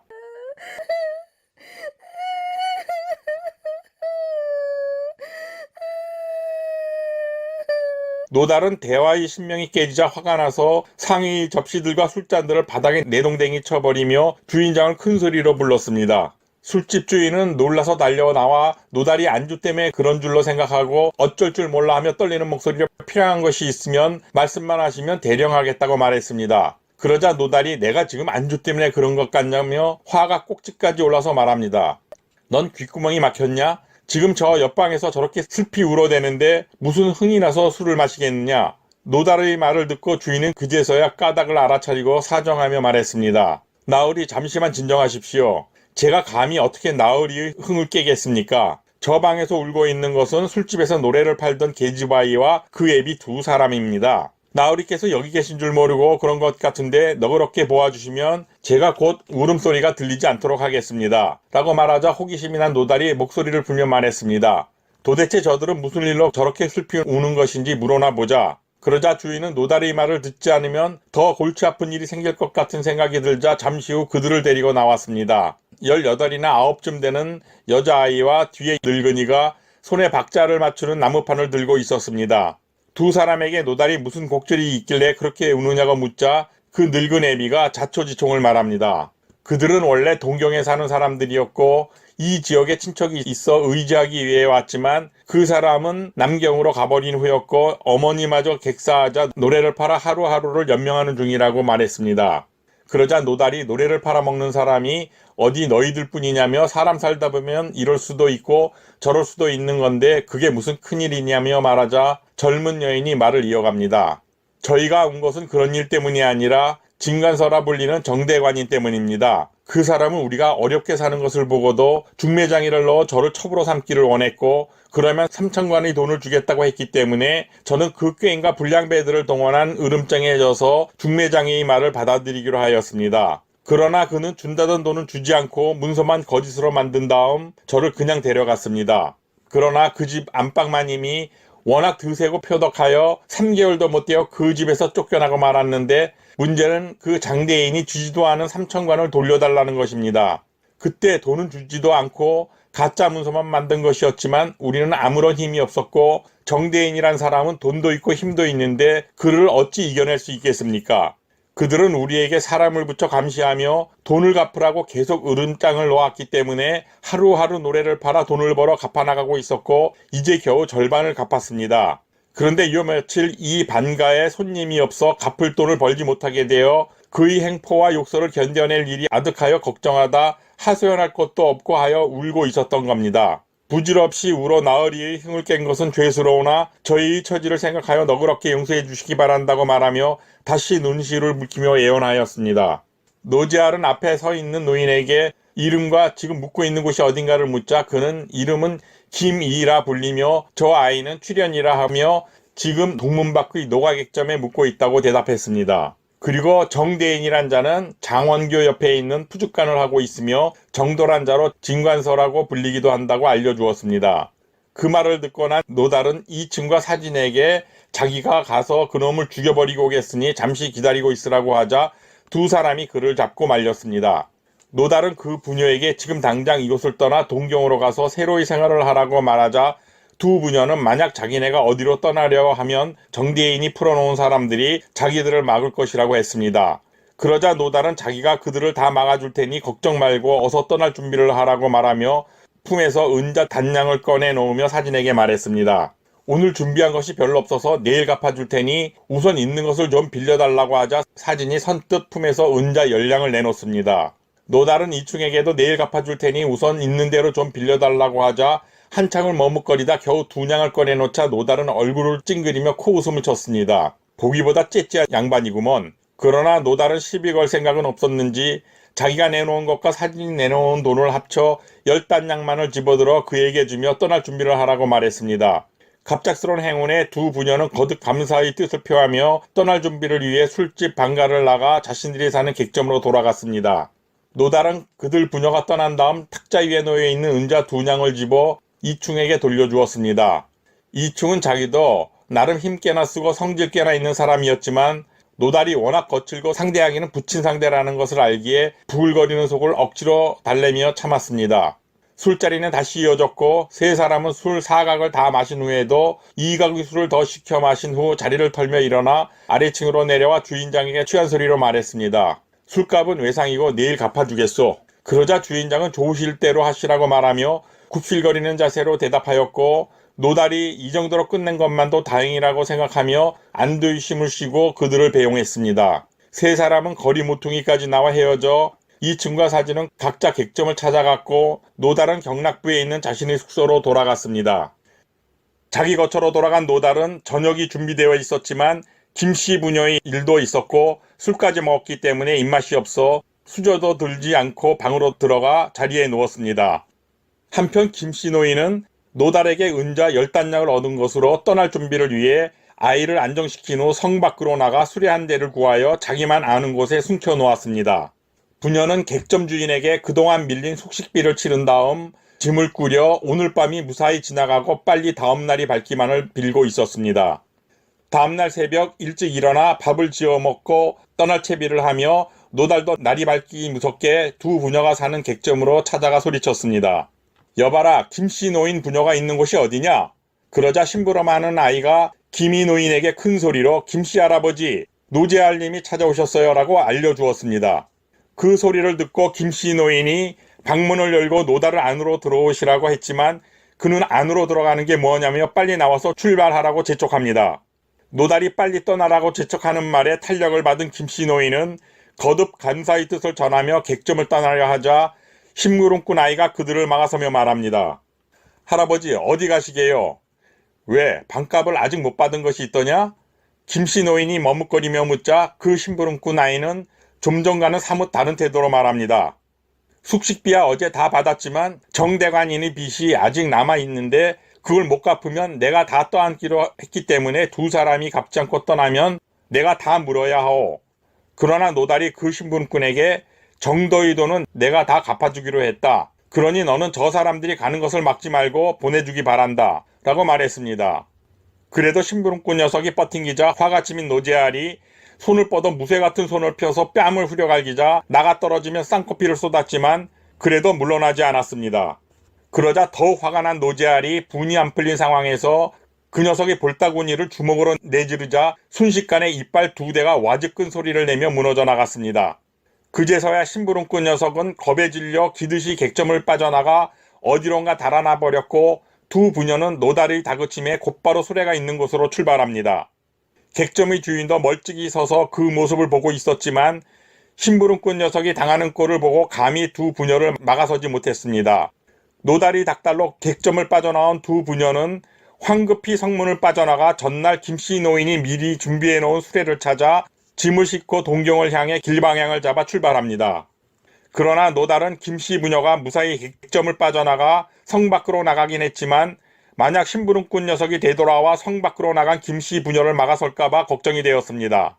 그래서 그 심부름꾼 녀석이 달아난 쪽에 의자를 가져다 놓고 앉아 두 부녀가 쫓아가기 힘들 정도로 멀리 갔을 시간만큼 지키고 있다가 자리를 털고 일어납니다. 자리를 털고 일어난 노달은 혼내줄 다음 차례인 정도가 푸죽간을 하고 있는 장원교 쪽으로 어슬렁거리며 걸어갔습니다. 노달이 벌건 돼지고기가 주렁주렁 달려있는 푸죽간에 도착하자 마침 정도가 가게 문을 활짝 열어놓고 괴짝에 걸터 앉아 있었고 곁에는 시퍼런 고기칼들이 놓여 있었습니다. 노달은 어이 정도야 거기서 무엇 하고 있나 하고 큰 소리로 그를 불렀습니다. 노달의 소리에 딴 생각을 하고 있던 정도가 소리나는 쪽을 힐끗 돌아보자 자기를 찾는 게 험악하기로 소문난 노제알이라는 것을 알아보고 얼른 몸을 일으켜 굽신대며 말했습니다. 아이고 나으리께서 오신 줄 몰랐습니다. 용서하십시오. 근데 무슨 일로 여기까지 오셨습니까? 라고 말한 뒤 부리는 아이놈에게 빨리 의자를 내오라고 일렀습니다. 의자를 가져오자 황급히 노제알에게 앉으시라고 권하자 그는 사양하지도 않고 의자에 앉으며 능청스럽게 말했습니다. 경락상공께서 비계가 눈꽃만큼 더 섞이지 않은 고기 10근을 잘게 썰어오라고 분부하셨으니 실수 없이 잘 썰어주게나. 노다리 지시하자 듣고 있던 정도가 어느 부위의 고기를 썰어야 할지 알려달라고 하자 그는 자기는 어느 부위가 좋은지 알 수 없으니 알아서 선택하여 썰라고 말합니다. 정도는 자기가 알아서 기름이 없는 부위의 고기만을 골라 10근을 잘라내고 잘게 썰기 시작했습니다. 정도가 기름기 없는 고기 10근을 다지기 시작할 때 노달에게 얻어터졌던 객점 심부름꾼 녀석이 정신을 차리고 돌아와 김씨 부녀가 달아난 것을 알리려고 했지만 푸죽간 문 앞에 의자에 앉아있는 노달을 보고 감히 들어오지 못한 채 멀찌감치 처마 밑에 숨어 들어가 때만 기다리고 있었습니다. 한참 후 고기 10근을 다 썰고 난 정도가 그것을 연잎에 싸며 노달에게 물었습니다. 제알님, 다진 고기는 사람을 시켜 경락상공에게 보내드릴까요? 그의 말을 듣고 노달은 그럴 필요는 없고 또 필요한 고기가 있는데 그건 살코기가 한 점 들어가지 않은 비계 10근을 조금 전에 작업한 것처럼 잘 다져달라고 말합니다. 노달이 천연덕스럽게 다시 비계 10근을 썰어 놓으라고 주문하는 소리를 듣고 정도가 고개를 갸우뚱거리며 물었습니다. 비계 없는 고기로만 다진 것은 만두 속 등을 만들 때 쓸 수 있지만 비계로만 10근을 다진 것은 어디에 쓰시려고 합니까? 하고 물었습니다. 정도가 질문을 하자 노달이 갑자기 눈을 부릅뜨고 언성을 높이며 상공께서 내게 지시한 것인데 내 놈이 뭔데 감히 나에게 묻는 거냐며 역정을 내기 시작합니다. 노제알이 험한 얼굴로 언성을 높이자 정도는 겁을 먹고 찔끔하며 곧 잘라 올리겠다고 말하고 비계 10근을 썰어 다지기 시작했습니다. 비계를 다져놓은 정도가 고기가 양이 많아 매우 무거우니 짐꾼을 시켜 보내드리면 되겠냐고 묻자 그의 말에는 대답도 하지 않고 노달은 다시 엉뚱한 주문을 했습니다. 아직 주문할 게 더 있네. 이번에는 살점이나 비계가 눈꽃만큼도 붙지 않은 연한 뼈 10근을 잘 다져주게나 라고 말하자 정도가 어이없다는 뜻이 웃으며 말합니다. 아무래도 제알님께서 주문하시는 게 이상합니다. 혹시 저를 놀리시려고 하시는 것 아니신가요? 그 말을 듣고 노달이 본색을 드러내며 갑자기 앉아있던 의자에서 벌떡 일어나며 연잎에 싸놓은 고기 2덩이를 손에 들고 노려보면서 정도에게 소리쳤습니다. 오냐 잘 보았다. 너를 놀리러 왔는데 어쩔 테냐 라고 성난 목소리로 말하며 고기 뭉치들을 벽을 향해 힘껏 집어던졌습니다. 그러자 푸죽간 안에는 때 아닌 고깃비가 쏟아졌고 더 이상 참지 못한 정도가 꼭지가 열리며 근처에 있던 연한 뼈를 발라내는 식칼을 집어들고 우당탕 소리를 내며 달려나갑니다. 정도가 꼭지가 열려 식칼을 집어들고 달려드는데 막상 노달은 어슬렁어슬렁 푸죽간을 나서 아무 일도 없었다는 듯 거리를 휘적거리며 걸어갑니다. 노달이 걷고 있는 길 양옆에는 정도에게 빌부터 먹고 사는 가게들도 여럿 있었지만 누구도 나서서 노달의 행위를 막는 사람이 없었고 멀찍이서 구경들만 하고 있었습니다.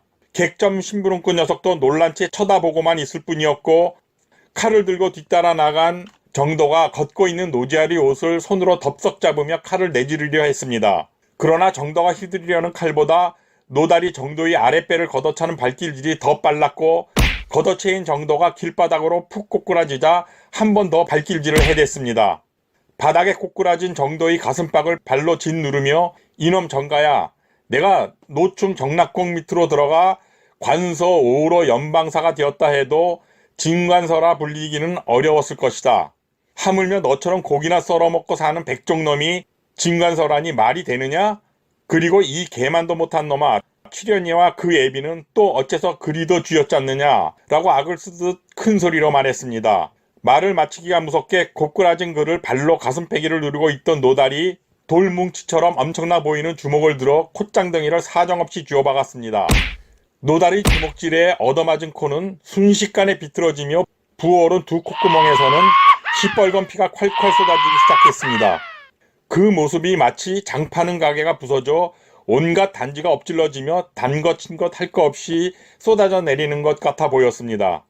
가슴팍을 짓눌려 있는 정도는 버둥거려봤자 일어날 방도가 없었고 들고 나온 칼도 손에서 멀리 날아가 버려 어쩔 수 없었지만 입은 살아서 악을 씁니다.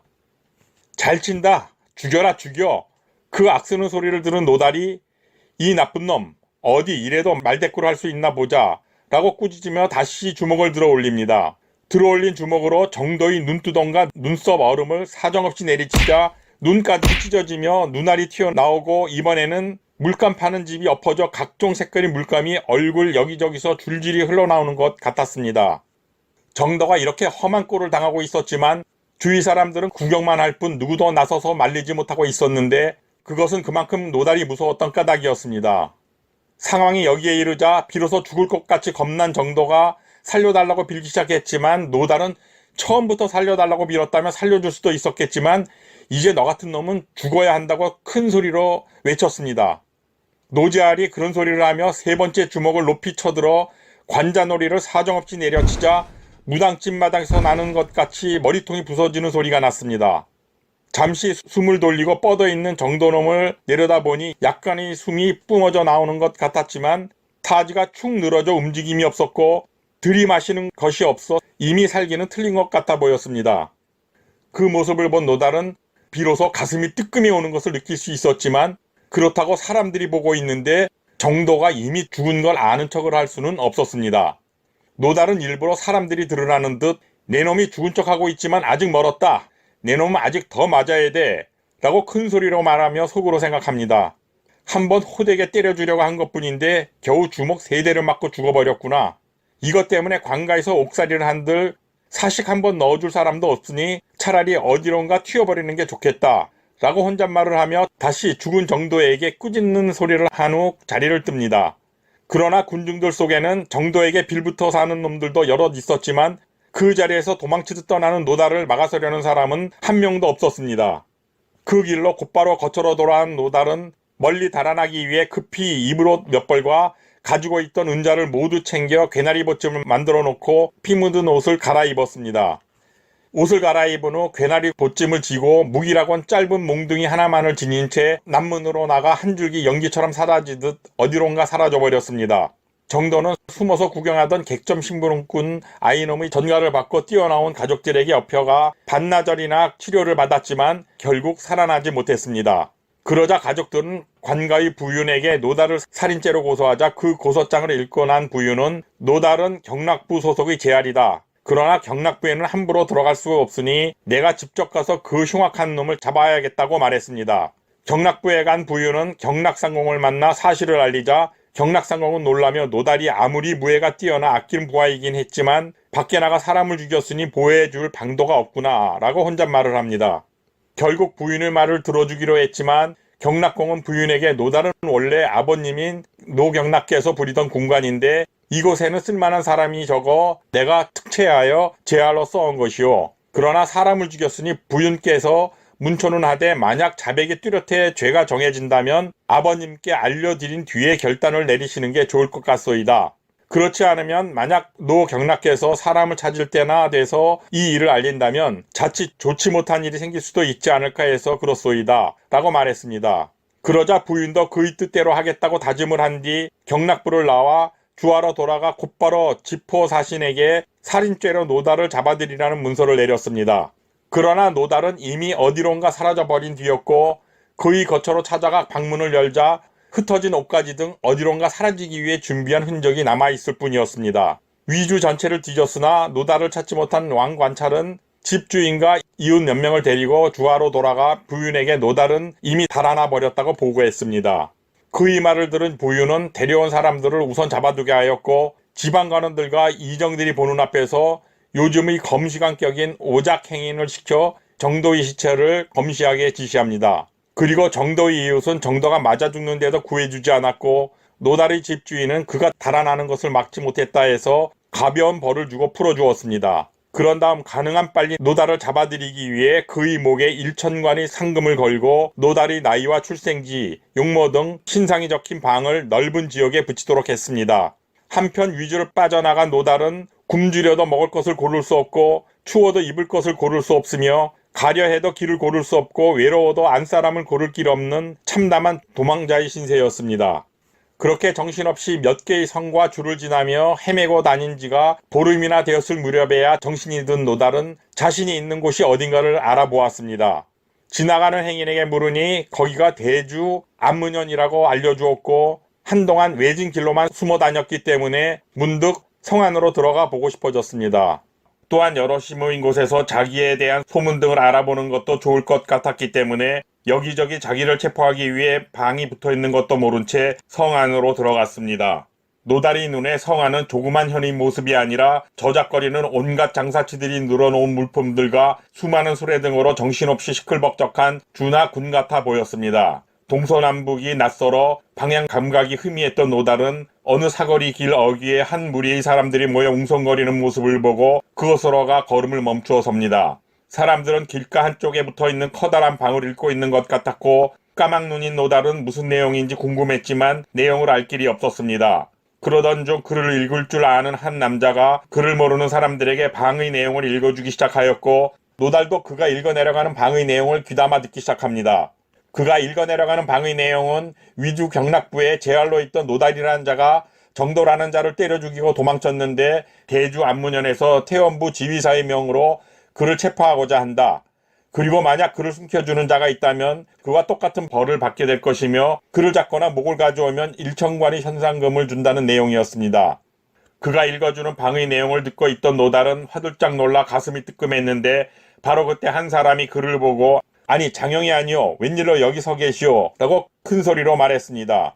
그리고 노달이 대답도 듣지 않고 소매를 잡아 끌며 사람들 속에서 끌고 나오다시피 밖으로 데려가는 사람은 다름이 아닌 그가 도와준 출연의 애비 김씨 노인이었습니다. 노달이 두 사람을 구해주며 그들이 살던 동경으로 가라고 했기 때문에 그리로 간 것으로 알고 있었는데 뜻밖에도 대주 안문현에서 그를 다시 만나게 된 것입니다. 김씨 노인은 방 근처에 모여있는 사람들과 충분히 떨어진 장소에 도착해서야 노달에게 겁도 없이 거기에 혼자 서 계시면 어쩝니까? 마침 제가 지나가다 봤으니 망정이지 그렇지 않았으면 분명 그 자리에서 여러 사람에게 붙들리고 말았을 것입니다. 그러자 노달은 가슴을 쓸어내리며 김씨와 헤어진 후 일어난 일에 대하여 간략하게 일러주었습니다. 나는 영감이 떠난 뒤 곧바로 장원교의 푸직간으로 가 그 정도란 놈을 만나 그대들의 일을 차분히 따져보려 했지만 그 쌍판을 보자 화가 치밀어 올라 참을 수가 없었소.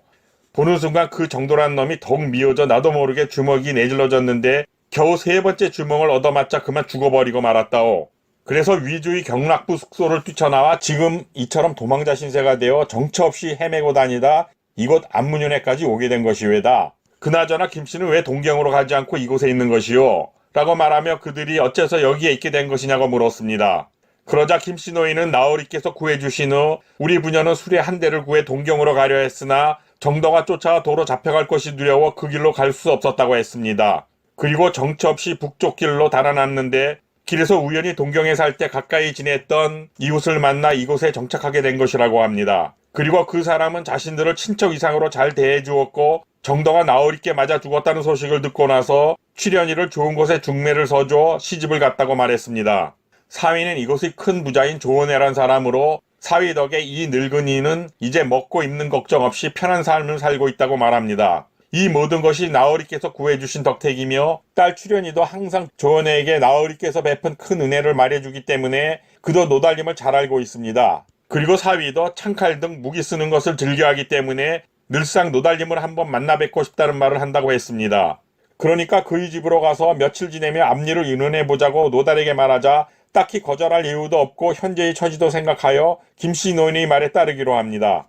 김씨 노인은 가까운 거리에 있는 어느 집 앞에 이르러 문에 쳐진 발을 걷으며 안으로 들어가 큰 소리로 딸을 부르며 말합니다. 얘야, 여기 은인께서 오셨는데 어디 있느냐? 김씨 노인의 소리를 들은 딸 출연이 짙은 화장을 하고 고운 비단옷을 입은 모습으로 달려나와 노달에게 인사하며 정중히 그를 맞이했습니다. 출연은 그때 자기 부녀를 구해주지 않았다면 어떻게 오늘과 같은 생활을 할 수 있었겠냐며 노달을 방으로 모셔 6번이나 절을 하며 감사를 표합니다. 여기서 6번이나 절을 한 것은 중국 사람들이 죽은 사람들에게는 3번, 죽은 은인에게는 4번의 절을 하고 산 은인에게는 매우 큰 도움을 받았을 경우 5번 절을 합니다. 그리고 6번의 절을 한다는 것은 상전이 큰 은혜를 베풀었거나 목숨을 구해준 은인에게 하는 최고의 예우로서 그들이 감사의 뜻을 표하는 전통적 예우 행위입니다. 그러면서 그를 위층으로 오르기를 청하며 두 부녀가 너무 극진하게 나오자 노달은 괜히 쑥스러워져 말합니다. 나는 잠시 차나 한잔하고 가봐야 하니 그럴 것까지 없소이다. 그렇게 사양을 해보았지만 김씨 노인은 펄쩍 뛰며 노달의 앞을 가로막고 서서 은인께서 여기까지 오셨는데 그게 무슨 말씀이냐고 말하며 그의 지팡이와 보증을 빼앗고 등을 떼밀며 위층으로 모셔갑니다. 노달은 못 이기는 척 위층으로 따라 올라가 자리를 잡고 앉자 김씨 노인은 딸에게 나는 내려가 주원상을 차려야겠으니 잠시 내가 은인을 모시고 같이 앉아 있으라고 말했습니다. 형편대로 해주시면 되니 요란스럽게 너무 지나친 것은 필요 없소이다. 라고 말하며 그렇게 해주는 게 자기는 오히려 편하다고 겸양을 떨었습니다. 그러나 김씨는 자신들에게 베푼 은혜를 생각하면 무슨 일을 해도 지나치지 않을 것이라며 노달을 딸에게 맡기고 아래층 주방으로 내려갔습니다.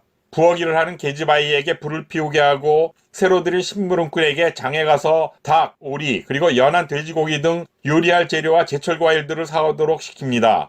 요리상을 차리는 동안 그냥 기다리게 하는 것이 머쓱하자 김씨는 계집아이에게 작은 소반에 술과 채소만으로 안주를 만들어 잔색과 함께 올리도록 지시했습니다. 김씨 노인이 채소 안주와 다과만으로 상을 차린 후 잔셋을 준비해 놓자 주방 계집아이가 은주전자에 따끈한 술과 국물을 준비하여 올렸습니다. 김씨 노인은 아직 제대로 준비가 안 됐으니 기다리는 동안 목이나 축이시며 기다리자고 하면서 다시 엎어져 절까지 하자 노달은 그런 극진함에 오히려 마음이 불편해졌습니다. 그래서 너무 그러지 말아달라고 부탁했지만 김씨 노인의 정성은 전혀 줄어들지 않았고 눈물까지 글썽이며 말했습니다. 우리는 이곳에 온 뒤 항상 홍지와 향을 사르며 줄곧 의인을 위해 절하고 빌었습니다. 그런 차에 은인께서 오셨는데 어찌 절을 올리지 않을 수 있겠습니까? 노달은 그렇게까지 해주니 어찌할 방도가 없었고 결국 노인장의 따뜻한 마음 고맙기 그지없어 잊지 않겠다고 말하며 흐뭇한 마음으로 술잔을 들었습니다. 위층에 자리 잡고 앉은 3사람이 술잔을 주거니 받거니 하는 동안 날이 저물어 막 불을 밝히려는데 밖에서 여럿이 떠들썩하게 소리치는 소리가 들렸습니다. 큰 소리가 나자 노달이 창밖을 내려다보니 20명은 좋게 될 것 같은 숫자의 장정들이 손에 몽둥이를 들고 어서 잡아내리라고 외쳐대고 있는 모습이 보입니다. 소리치는 장정들 뒤에 말을 타고 있는 한 관원이 그들에게 도적이 달아나면 어쩌려고 그러냐며 소리치지 말라고 꾸짖는 광경까지 보이자 노달은 소스라치게 놀랍니다. 놀란 노달이 그들은 자신을 방에 붙은 사람임을 알아보고 잡으러 온 것으로 단정짓고 아래층으로 몸을 날리려 하자 김씨 노인이 그를 말리며 일단 기다려보라고 속삭입니다. 일단 내가 내려가서 무슨 일인가 알아보고 행동해도 늦지 않으니 잠시 기다려보십시오. 그리고 혼자 아래층으로 내려가 김씨 노인이 말에 탄 관원이 귀에 대고 몇 마디 하자 그는 곧 호탕하게 웃으며 데려온 장정들을 모두 보내버린 뒤 말에서 내려 집 안으로 들어왔습니다. 그 관원이 집 안으로 들어오자 김씨 노인이 위층으로 올라와 노달을 자기들이 있는 아래층으로 내려가자고 말했습니다. 얼떨결에 김씨 노인을 따라 아래층으로 내려가자 말을 타고 젊은이들과 함께 자기를 잡으러 왔던 관원이 깊숙이 몸을 숙이며 역시 100번 말로 듣는 것보다 한 번 직접 보는 것이 낫다고 하더니 그 말이 틀리지는 않는 것 같소이다. 댁에 대한 소문은 여기저기서 자주 들었는데 오늘 직접 대하고 나니 듣는 것보다 훨씬 우러러뵙게 되는 것 같다오. 의사께서는 하찮은 저희 예를 받아주시기 바라오 라고 말했습니다. 그 말을 듣고 난 노달은 얼떨떨해하며 김씨 노인에게 한 번도 만난 적이 없는데 나에게 예를 차리는 저분이 누구냐고 물었습니다. 노달이 묻자 김씨 노인은 그 사람이 자기 딸 취련의 남편이라고 알려줍니다. 그리고 오늘 의인께서 저희 집 위층에 올라와 제 딸과 술을 마시고 있다는 소리를 듣고 제 딸년이 새서방을 몰래 끌어들인 것으로 오해한 것이라고 말했습니다. 중국 가정집은 보통 단층이지만 큰 가문이나 부자들의 집은 복층구조로 되어 있기도 하는데 위층에는 일반적으로 매우 가까이 지낸 사람만 들이는 것이 보통입니다. 그래서 화가 치민 사위가 집안 일꾼들을 몰고 왔으나 자기 말을 듣고 데려온 장정들을 돌려보낸 것이며 그의 이름은 조은혜라 부른다고 알려주었습니다. 그 말을 듣고 난 노달은 그제서야 놀란 가슴을 쓸어내리며 김씨 노인이 둘 사이에서 서로를 소개하자 예를 차린 후 함께 위층으로 올라가 자리를 잡고 앉았습니다. 조은혜는 김씨 노인에게 노달이 대단한 호걸이라고 자주 들었지만 딱히 만나뵐 기회가 없었는데 오늘 이렇게 만나게 되어 영광이라며 윗자리를 권했습니다. 노달은 몇 번 사양했지만 결국 그의 말을 받아들이고 윗자리에 앉으며 자기는 일개 말썽꾼에 지나지 않으며 지금도 사람을 죽여 쫓기는 몸이라고 말합니다. 그리고 너무 과분한 대접은 불편하니 그만 삼가달라고 말하며 조은혜께서 가능한 빨리 이곳을 떠날 수 있도록 있을 만한 곳을 소개해 주길 바란다고 부탁했습니다. 조은혜는 그런 일이라면 염려 말라며 기꺼이 응낙하고 자기가 알아서 마땅한 곳을 마련해 줄 테니 오늘 밤은 술이나 실컷 마시자고 합니다. 또한 여기 있는 동안 절대 불편해하지 말고 편하게 지내라며 술잔을 돌리면서 정도를 때려 죽이게 된 경위도 듣고 쫓기며 겪은 어려움들을 진정으로 위로해 주었습니다. 술잔을 주거니 받거니 하며 봉술과 창쓰기 등의 얘기로 흥겹게 술을 마시는 동안 밤은 깊어갔고 조은혜 부부는 술이 어지간해지자 사랑채로 노달을 안내해 준 다음 고향집처럼 편히 쉬라고 말하며 자기들도 침실에 들었습니다. 날이 밝자 조은혜가 노달을 찾아와 여기는 편히 숨어 계실 곳은 아닌 것 같으니 한 10리쯤 가면 칠보촌이란 곳에 자기 장원이 있으니 그곳으로 가자고 권합니다. 노달은 감사를 표하며 한동안 그곳에서 신세를 지겠다고 말했고 조은혜는 먼저 장원에 사람을 보내어 말 한 피를 끌고 오도록 하여 노달에게 말에 오르게 한 후 짐은 머슴에게 지워 칠보촌 장원으로 가도록 했습니다. 출연의 남편인 조은혜의 의견에 따라 칠보촌에 있는 그의 장원에 머물며 앞날을 도모해 나가기로 한 노달이 장원으로 가기 위해 길을 나선 뒤 얼마 지나지 않아 도착합니다. 장원에 도착한 조은혜가 말에서 내려 노달을 정중히 초당 안으로 모셔 앉을 자리를 정하여 자리를 잡자 곧 일꾼들을 불러 귀한 손님을 대접해야 하니 양을 잡고 술을 걸러 오라고 지시합니다. 오늘 귀한 분을 모셨으니 이것저것 골치 아픈 일은 내일로 미루고 오늘은 한껏 취해보도록 합시다 라고 말하며 밤늦도록 노달에게 향기로운 술을 권한 뒤 사랑채로 안내했습니다. 조은혜의 노달에 대한 대접은 이 정도로 끝나지 않고 다음날 날이 밝기가 무섭게 다시 술판을 벌이며 융숭한 대접을 하자 노달이 감격에 겨워 말합니다. 원혜께서 나에게 이토록 융숭한 대접을 하며 생각해 주시니 이 고마움에 대하여 어떻게 보답을 해야 할지 모르겠소이다 라고 말하자 조은혜가 노달을 보며 말했습니다. 온 세상의 모든 사람들 모두 다 형제라고 하지 않습니까? 그런데 보답이라니 무슨 말씀입니까? 당치도 않은 말입니다 라고 조은혜가 노달을 보며 말합니다. 이 말은 중국인들이 자주 사용하는 인용구로서 사해도일가 스하이도이자에서 온 말입니다. 조은혜는 이렇게 말하며 노달이 더 이상 부담스러워하지 않도록 하고 장원에서 이랫동안 술판을 벌여 그를 정성껏 대접하며 주거니 받거니 술잔을 주고받으면서 이야기꽃을 풀어나갔습니다. 두 사람이 대화가 한창 무르익어갈 때 김씨 노인이 헐떡이며 뛰어들어와 서원 안에 노달과 조은혜만 있는 것을 확인한 다음 다급한 목소리로 말합니다. 제가 늙어서 노파심이 많아 하는 말인지는 모르겠지만 좋지 않은 일이 생긴 것 같습니다. 며칠 전 집에서 노달 은인을 청하여 함께 술을 마실 때 사위가 뭘 잘못 알고 장정들을 데리고 온 적이 있지 않았소. 그때 사위는 내 말을 듣고 그들을 흩어버렸지만 아무래도 그 일 이후 장정들 지들끼리 수군된 말들이 누군가에 의해 관가에 들어갔는지 관원 몇 명이 집 주위를 살피며 사람들에게 이것저것 캐묻고 가더니 곧 이곳으로 노달 나으리를 잡으러 올 것 같은 낌새가 보입니다. 그들이 노달님을 알아보았는지는 확실치 않지만 그래도 부려튼튼이라고 만에 하나 상황이 잘못되어 이를 그르칠 가능성도 있으니 미리 무슨 수를 내는 게 좋지 않겠습니까? 노달은 김씨 노인의 말처럼 상황이 그렇게 돌아가고 있다면 자기가 당장 이 장원을 떠나겠다고 말하며 벌떡 몸을 일으키면서 서둘자 원혜가 그를 안정시키며 말합니다. 지금 상황이 그러니 제알님은 무작정 이곳에 잡아둘 수도 없고 그렇다고 별다른 대책도 없으신데 무작정 보내자니 세상 사람들이 비웃을까 걱정이 됩니다. 그래서 내가 국리 끝에 몸을 편하게 숨기고 지낼 수 있는 방법을 한 가지 생각해냈는데 제알께서 그곳에 가시는 것을 어찌 생각할지 모르겠소이다. 그 이 말을 듣고 노달이 자기는 죄를 짓고 쫓겨다니는 신세인데 이 한 몸 편하게 숨기고 생활할 수 있는 곳이 있다면 어딘들 마다할 수 있겠습니까? 라고 대답합니다. 노달이 그렇게 말하자 조원에는 그제야 망설이며 차마 입 밖으로 끄집어내지 못하던 말을 하기 시작합니다. 그렇게 생각하신다면 지금 제알께서 처하신 상황에 꼭 알맞는 곳이 한 군데 있어서 알려드리겠소이다. 여기서 한 30리 정도 가면 오대산이 있고 그 산 안에 문수보살을 모시는 도량인 문수원이란 사찰이 있는데 스님이 한 500명 정도 되는 곳입니다.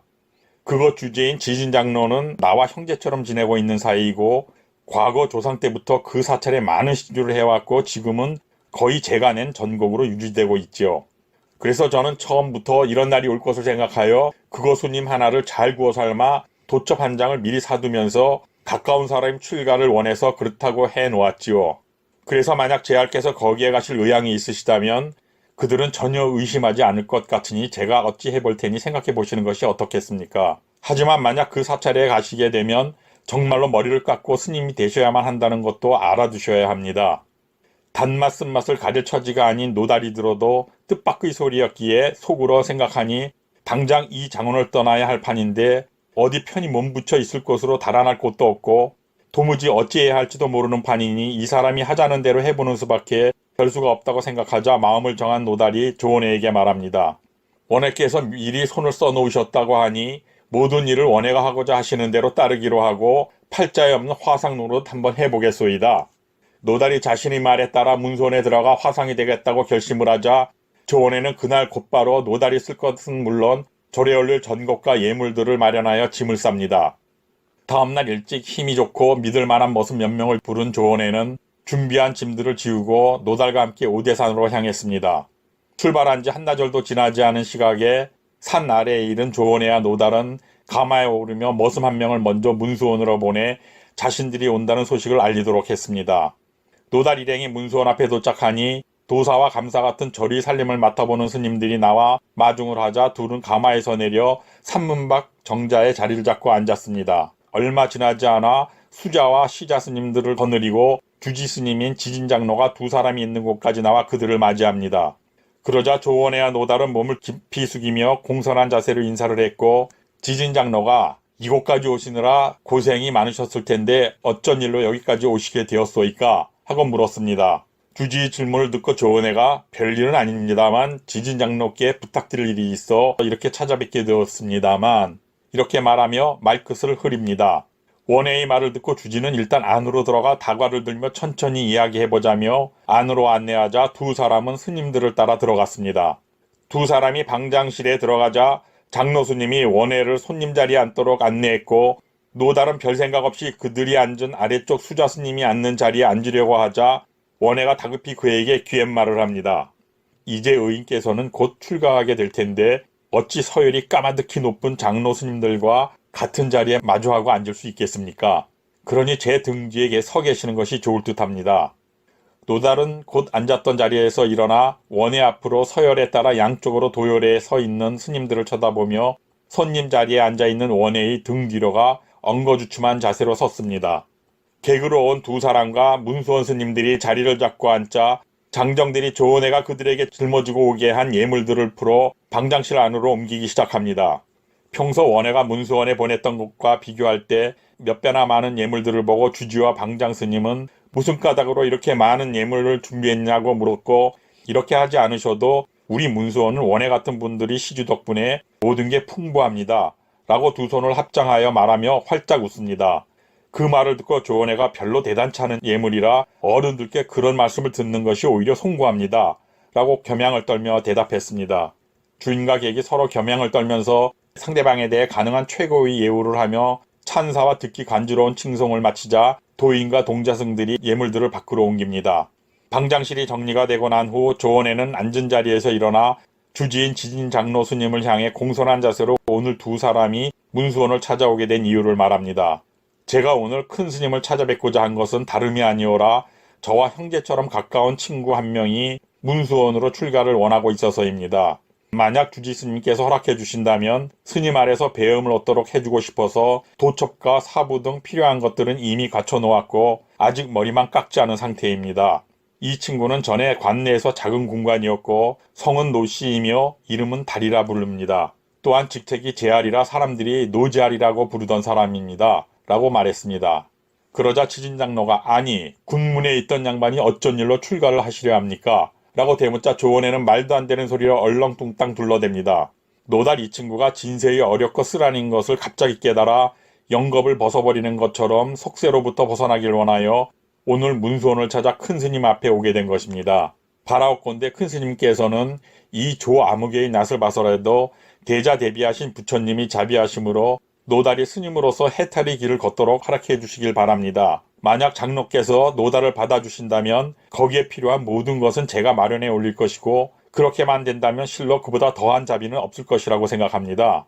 조은혜의 이빠른 소리를 듣고 난 지진장로는 고개를 끄덕이며 그의 말을 모두 사실로 받아들일 듯한 태도로 별다른 거부의 의사를 표하지 않으며 말합니다.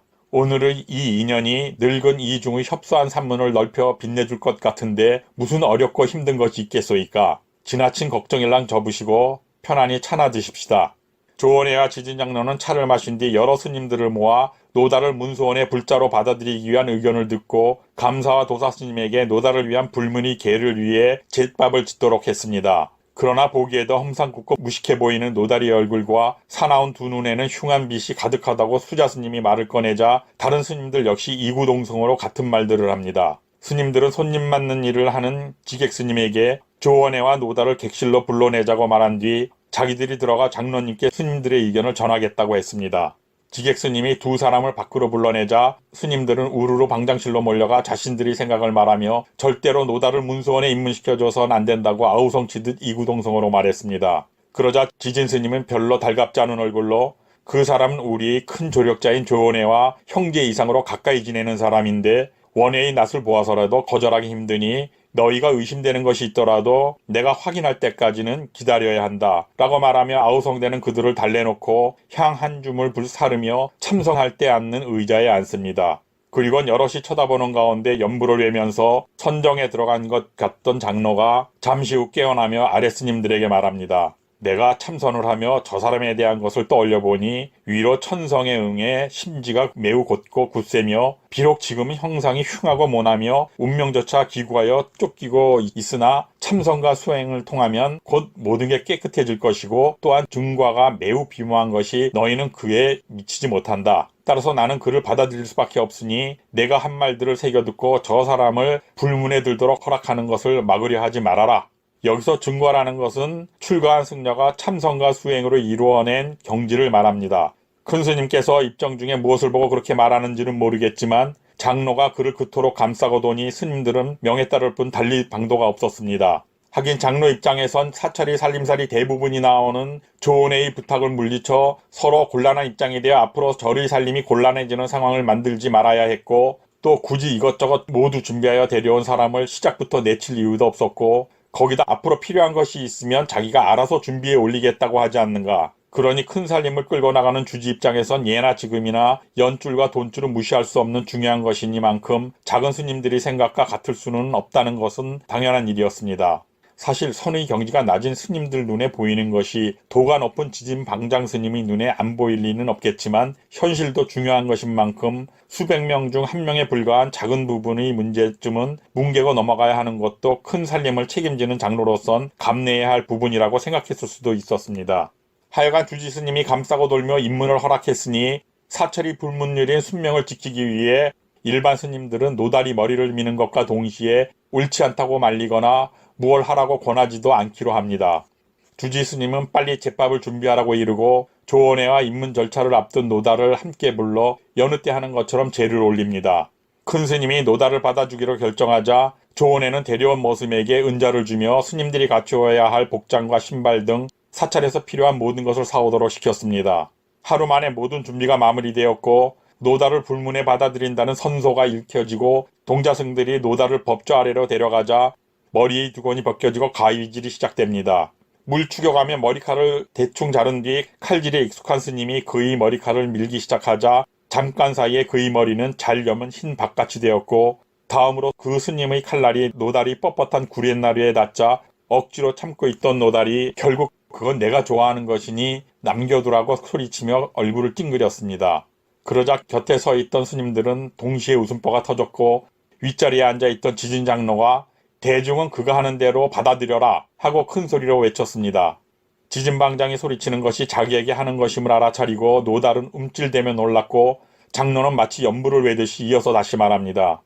몸에 한 채의 터럭도 남겨놓지 말아야만 육군이 깨끗해지는 법. 너희 몸에서 터럭들을 벗겨내는 것은 내 몸을 깨끗하게 해주기 위함이다. 그리고 머리를 밀고 있던 스님에게 터럭 하나라도 남기지 말고 모두 밀어버리라고 엄하게 말하자 그 스님은 잘됐다 싶어 수염까지 깨끗이 밀어버리고 말았습니다. 온몸의 터럭을 남김없이 밀고 나자 수자 스님이 노달이 준비한 도첩을 올리며 지진방장 스님에게 불명을 내려주길 청하자 장로는 이름자리가 비어있는 도첩을 잡고 개를 외듯이 소리칩니다. 신령스러운 빛 한 줄기 천금의 가파도다. 불법이 크고 넓으니 지심이란 이름을 내린다. 장로는 노달에게 지심이란 불명을 내린 뒤 도첩을 법좌 아래로 돌려주자 서기를 보는 스님이 이를 받아 도첩 앞머리에 노지심이라고 써 넣었습니다. 그러자 장로는 노지심에게 가사와 법의를 내리며 그 자리에서 갈아입도록 시키자 순식간에 노달이란 호걸은 노지심이란 땡중으로 바뀌고 말았습니다. 노지심이 가사와 법의로 갈아입고 나서 감사 스님이 그를 지진장로 앞으로 데려가자 손을 지심의 머리에 대고 수기를 줍니다. 그리고 노지심에겐 쇠기의 경일기나 다름없는 말을 하기 시작합니다. 첫째로는 부처님이 본성을 따를 것이고 둘째로는 정법을 받아들여야 하며 셋째로는 사오를 공경할 것이니 이를 삼기라 이른다. 오개로는 첫째 살생하지 말 것, 둘째 도적질하지 말 것, 셋째 음란하지 말 것, 넷째 술을 탐내지 말 것이며 여기까지 말했을 때 아직 다섯째가 남았으나 술을 멀리하라는 말에 노지심은 머리가 띵해지며 앞으로 죽었구나 하는 생각이 들면서 곧바로 뛰쳐 도망가버리고 싶은 생각이 굴뚝 같아지기 시작합니다. 마지막으로 다섯 번째인 망령된 말을 하지 말 것이란 말이 이어지자 참을성 없는 노지심은 온몸에 땀을 흘리며 저 쌍놈의 늙은이가 말이 되게 많다고 혼잣말을 합니다. 완전 까막눈인 노지심은 할 수 있다는 능자와 못한다는 부자도 몰라 속세에서 쓰는 말로 네, 꼭 기억하고 있겠소이다 라고 어설픈 말로 대꾸하며 넘겼습니다. 그러자 양옆으로 서열에 맞춰 도열에 있던 스님들이 도저히 웃음을 참지 못하고 결국 동시에 웃음을 터뜨리고 말았습니다. 수기식이 끝나자 조원에는 따로 운당으로 스님들을 모아 앉히고 노달을 위해 향을 사르며 제를 올린 후 운당 안에 있는 모든 스님들에게 노지심을 잘 부탁한다며 각기 예물을 나누어 주었습니다. 또한 조원에는 스님이 되어 투덜대는 노지심을 데리고 절 안의 모든 사형, 사제들을 찾아보게 하면서 정신없는 밤을 보냅니다. 지심이라는 법명을 받아 노지심으로 불리기 시작한 노달이 일단 문수원에 성공적으로 입문하자 조원에는 돌아갈 채비를 차리기 시작합니다. 문수원 지진장로는 예의상 푹 쉬기도 하고 참선도 하면서 며칠 더 머물다 가시라고 조원에게 권했지만 더 이상 한가한 시간을 보낼 처지가 아니었습니다. 조원에는 스님들과 함께 새벽제를 마치자 곧바로 사찰문을 나서며 배옥 나온 여러 스님들께 다시 한번 노지심을 부탁합니다. 지진장로님 아래 여러 스님들께서 일하고 참선하시며 대자대비하신 부처님을 따르시는데 제 아우 지심은 우직하나 예의를 잘 몰라 말이 거칠고 사찰이 여러 규칙을 잘 지키지 못할 것입니다. 하오니 윗자리에 앉으신 많은 스님들께서 그런 아우를 저 조화무게를 보아서라도 노지심을 너그러이 용서하시고 다독여 가르쳐 주시기 바랍니다. 이 늙은 중이 지심에게 불경을 가르쳐 독경을 하며 참선에 힘쓸 수 있도록 이끌어 줄 테니 그런 일이라면 원해께서는 마음 푹 놓으십시오 라고 말하며 그를 안심시킵니다. 그러자 원해는 그렇게만 해주신다면 나중에라도 반드시 그 보답을 받으실 것이라고 말하며 여러 스님들 사이에 섞여있는 노지심을 불러내 다시 한번 귓속말로 당부합니다. 아는 이제 예전처럼 굴어서는 절대 안 되면 물론 언제나 스스로 반성하고 철저히 경계하며 절대로 자신이 다른 사람들보다 크다고 여기지 말아야 하네. 만약 그렇지 않으면 우리들은 다시 보기 어려울 것이라는 것을 항상 명심하고 생활하며 힘든 일이 있어도 꾹 참고 지내도록 하세. 그의 말을 듣고 그동안 자기에게 보여준 따뜻하고 감동 어린 정을 생각한 노지심은 깊이 다짐하듯 공손하게 말합니다. 형의 말을 항상 기억하고 문수원에서 생활하는 동안 모든 일을 거기에 따라 잘 행동하도록 하겠습니다. 노지심이 정말 그렇게 할 수 있을지는 장담하기 어렵겠지만 그래도 그렇게 말하니 조금 마음이 놓인 조원에는 여러 스님들께 작별하고 산을 내려갔습니다. 같이 올라왔던 머슴들은 노지심이 타고 왔던 가마와 많은 예물들을 담아왔던 빈 상자들을 메고 원해의 뒤를 따라 함께 내려갔고 마중 나왔던 스님들도 모두 절로 돌아갔습니다. 이렇게 팔자에도 없는 중노릇을 그것도 하룻밤새에 갑자기 시작하자니 평생 싸움질로 잔뼈가 굵은 노지심으로선 쉽게 할 수 없는 것은 당연한 일이었습니다. 조원회와 작별하고 절 안으로 들어오자마자 모든 게 낯설고 힘들었으므로 간밤에 잠을 설친 노지심은 선불장 안이 선상에 대자로 벌렁 누워버립니다. 조원회가 그렇게 당부에 당부를 거듭하고 작별을 한 지 하루도 지나지 않아 드디어 노지심의 본색이 드러나기 시작하니 선배 스님들은 땡초의 행동에 놀라 자빠집니다. 선불장을 도맡아 관리하는 스님들이 대자로 뻗어 코를 고는 노지심을 화들짝 놀라 달려가 흔들어 깨우며 출가해 절에 들어왔으면 앉아서 참선을 해야지 이게 무슨 해괴한 짓이냐며 나무랐습니다. 하지만 노지심이 그런 말을 곱게 들을 인간인가. 팔자에 없는 땡 중인 화상 노릇을 시작한 것만 해도 그로선 대단한 일이건만 사찰과 땡초의 규범을 말하는 것은 시작부터가 잘못된 것이었습니다. 선배 스님들이 억지로 흔들어 깨운 후 일으켜 세우려 했지만 그들 말을 들은 척도 안 하며 내가 피곤해서 잠 좀 자겠다는데 웬 화상들이 와서 간섭이냐 라면서 눈을 부라리고 버럭 소리를 지르며 도로 벌렁 누워버리자 곁에 있던 스님이 좋구나 잘한다 라고 한마디 합니다. 그 소리를 듣고 노지심은 벌떡 일어나 으르렁대며 악쓰듯이 말을 되받아칩니다. 뭐라고? 내가 피곤해서 눈 좀 붙이겠다는데 잘한다라니 뭔 개소리를 해대는 거냐. 노지심이 앞뒤 안 가리고 그야말로 왈왈거리며 개소리를 해대자 다른 스님이 정색을 하며 어이없다는 표정으로 바로 그런 여러가지 괴로움을 이겨내야 하는 것이 중요한 거란 말이외다 라고 말하자 노지심은 오히려 그런 선배 스님을 비웃으며 또 말도 안 되는 개소리를 외쳐댑니다. 아니 내가 피곤해서 잠시 단잠을 즐기겠다는데 그걸 괴로움이라고 하는 건 또 뭔 소리냐. 헛소리들 말고 혼나기 전에 꺼져버려라. 노지심은 정말 눈에 뵈는 게 없는지 불가에 입문하기 전 동네 선술집에서 주위 사람들에게 해대는 쌍스러운 말과 행동을 하나도 바꾸지 못하고 그대로 해댑니다.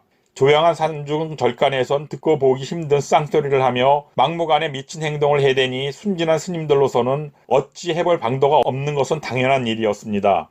머리를 절레절레 흔들며 상대할 가치도 없다며 대선배 스님들이 나가버리자 노지심은 도로 대자로 뻗듯이 벌렁 누워버리고 곧바로 선상 천정이 무너져 내릴 것 같은 큰 소리로 코를 골아댑니다.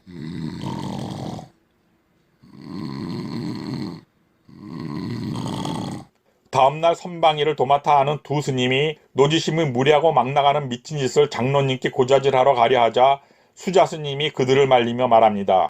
어제 장로님 말씀 못 들었는가? 장로님이 저 땡초가 뒷날 크게 깨우쳐 우리 정도의 도로는 그에 미치지 못할 것이라고 말씀하실 정도로 감싸고 도는 판인데 가서 무슨 말을 한들 통하겠는가? 그러니 가서 뭐라고 해봤자 마음만 상할 뿐 별 소용이 없을 것이 불보듯 뻔하니 그냥 저 땡초가 하는 대로 놔두고 꼴을 보고 있는 게 좋을 걸세.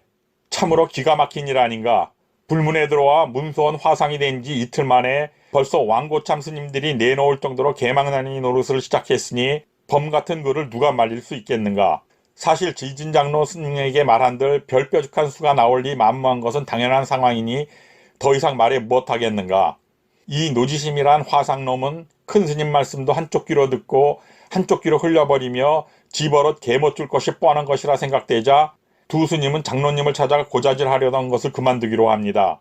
한편 그런 일이 있은 날부터 노지심은 문수원 내에서 아무도 말리는 사람이 없자 신나서 모든 일을 자기 맘대로 해대기 시작합니다. 낮이고 밤이고 졸리면 선방 중앙의 선상에 올라가 네 팔을 벌리고 대자로 뻗어 천등 소리를 내며 코를 골았고 오짐똥이 마르려면 불전 뒤고 어디고 가리지 않고 갈겨대고 싸대며 다닙니다. 이런 상황이 계속되자 결국 지린내와 구린내를 견디지 못한 시자 스님이 지진 장로 스님을 찾아가 일러 바치며 말합니다.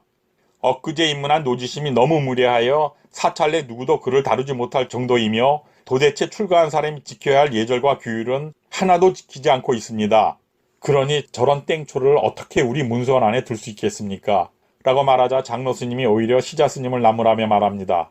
더 이상 노지심의 잘못에 대하여 말하지 말도록 해라. 그를 보낸 조은혜의 낯을 보아서라도 그래서는 절대 안 된다. 가만 놔두면 얼마 지나지 않아 반드시 좋아질 것이다. 살림이 큰 문수원이 모든 재정을 책임지고 끌고 나가야 하는 장로 스님의 입장에선 그야말로 돈줄이자 귀찮고 모든 힘든 일들을 알아서 해결해주는 큰손 조은혜와 껄끄러운 사이가 되게 할 수는 없는 일이었기에 그렇게 말하는 것은 당연했습니다. 장로 스님은 이런 깊은 뜻을 순진한 쫄따구 스님들이 이해하길 바라는 것도 무리였기 때문에 그냥 그들이 알아들을 수 있을 정도로 얼버무리며 뭉개고 나갈 수밖에 없는 일이었습니다. 이처럼 장로 스님이 계속 역성을 들어주고 감싸주었기 때문에 일반 스님들은 쫄딱 허상 노지심의 미친 행동을 아무도 지적하거나 바로잡기 위해 말할 수 없었습니다. 그러나 다른 스님들 눈에는 거의 미친놈이 절간에서 지랄하는 것 같은 생활이었지만 노지심의 입장에서 보면 그나마도 이 중노릇은 보통 괴로운 생활이 아니었습니다. 그도 그럴 것이 일과 시간에는 하루 종일 창, 칼 등 무기만 만지고 일과 후에는 근처 주막에 들러 곡차를 퍼마시다가 휘청거리며 돌아왔고 취한 김에 악쓰고 싶으면 악쓰고 싸움박질하고 싶으면 괜한 트집을 잡아 멀쩡한 사람 괴롭히던 생활을 했던 그에게 무슨 의미인지도 모르는 연불소리부터가 맞지 않았습니다. 거기다가 예전에 숙회처럼 마음대로 쏘다니며 하고 싶은 짓 마음껏 하던 노지심으로선 지금 같은 사찰이 땡초 생활은 그야말로 감옥살이나 지옥생활과 진배 없었습니다. 또한 먹는 것과 입는 것 역시 성에 찰리 없었고 매일 고주망태가 될 정도로 술을 퍼마시며 오로지 고기 안주만 먹던 노지심이 눈에 보이는 중놈들은 모두 이상했습니다. 그 화상들은 만나고 좋은 것은 일체 먹지 못하는 별종들로 보였고 좋은 옷은 가까이 하지 않고 즐거울 것 같은 일은 골라서 마다해야 하는 웃기는 중생들로 보일 뿐이었습니다. 태어나서 지금까지 누구의 제재도 받지 않고 자유롭게 살아왔는데 어쩌다 스스로 사나운 운수를 만들다시피 하여 쫓기게 된 탓에 문수원까지 흘러들게는 되었지만 남자로서 태어나서 세상에 하기 어려운 짓이 바로 중노릇인 것 같았습니다. 상황이 이렇게 돌아가자 처음에는 고맙고 감사하기 그지없었던 좋은 애조차 하루하루 시간이 흐를수록 은근히 원망스러워지기까지 하며 답답함에 온몸이 근질거려 미칠 지경이 되어 폭발 직전이 되어갑니다. 오늘 방송은 여기까지이며 구독과 좋아요를 꼭 눌러주실 것을 부탁드립니다. 시청해주셔서 감사합니다.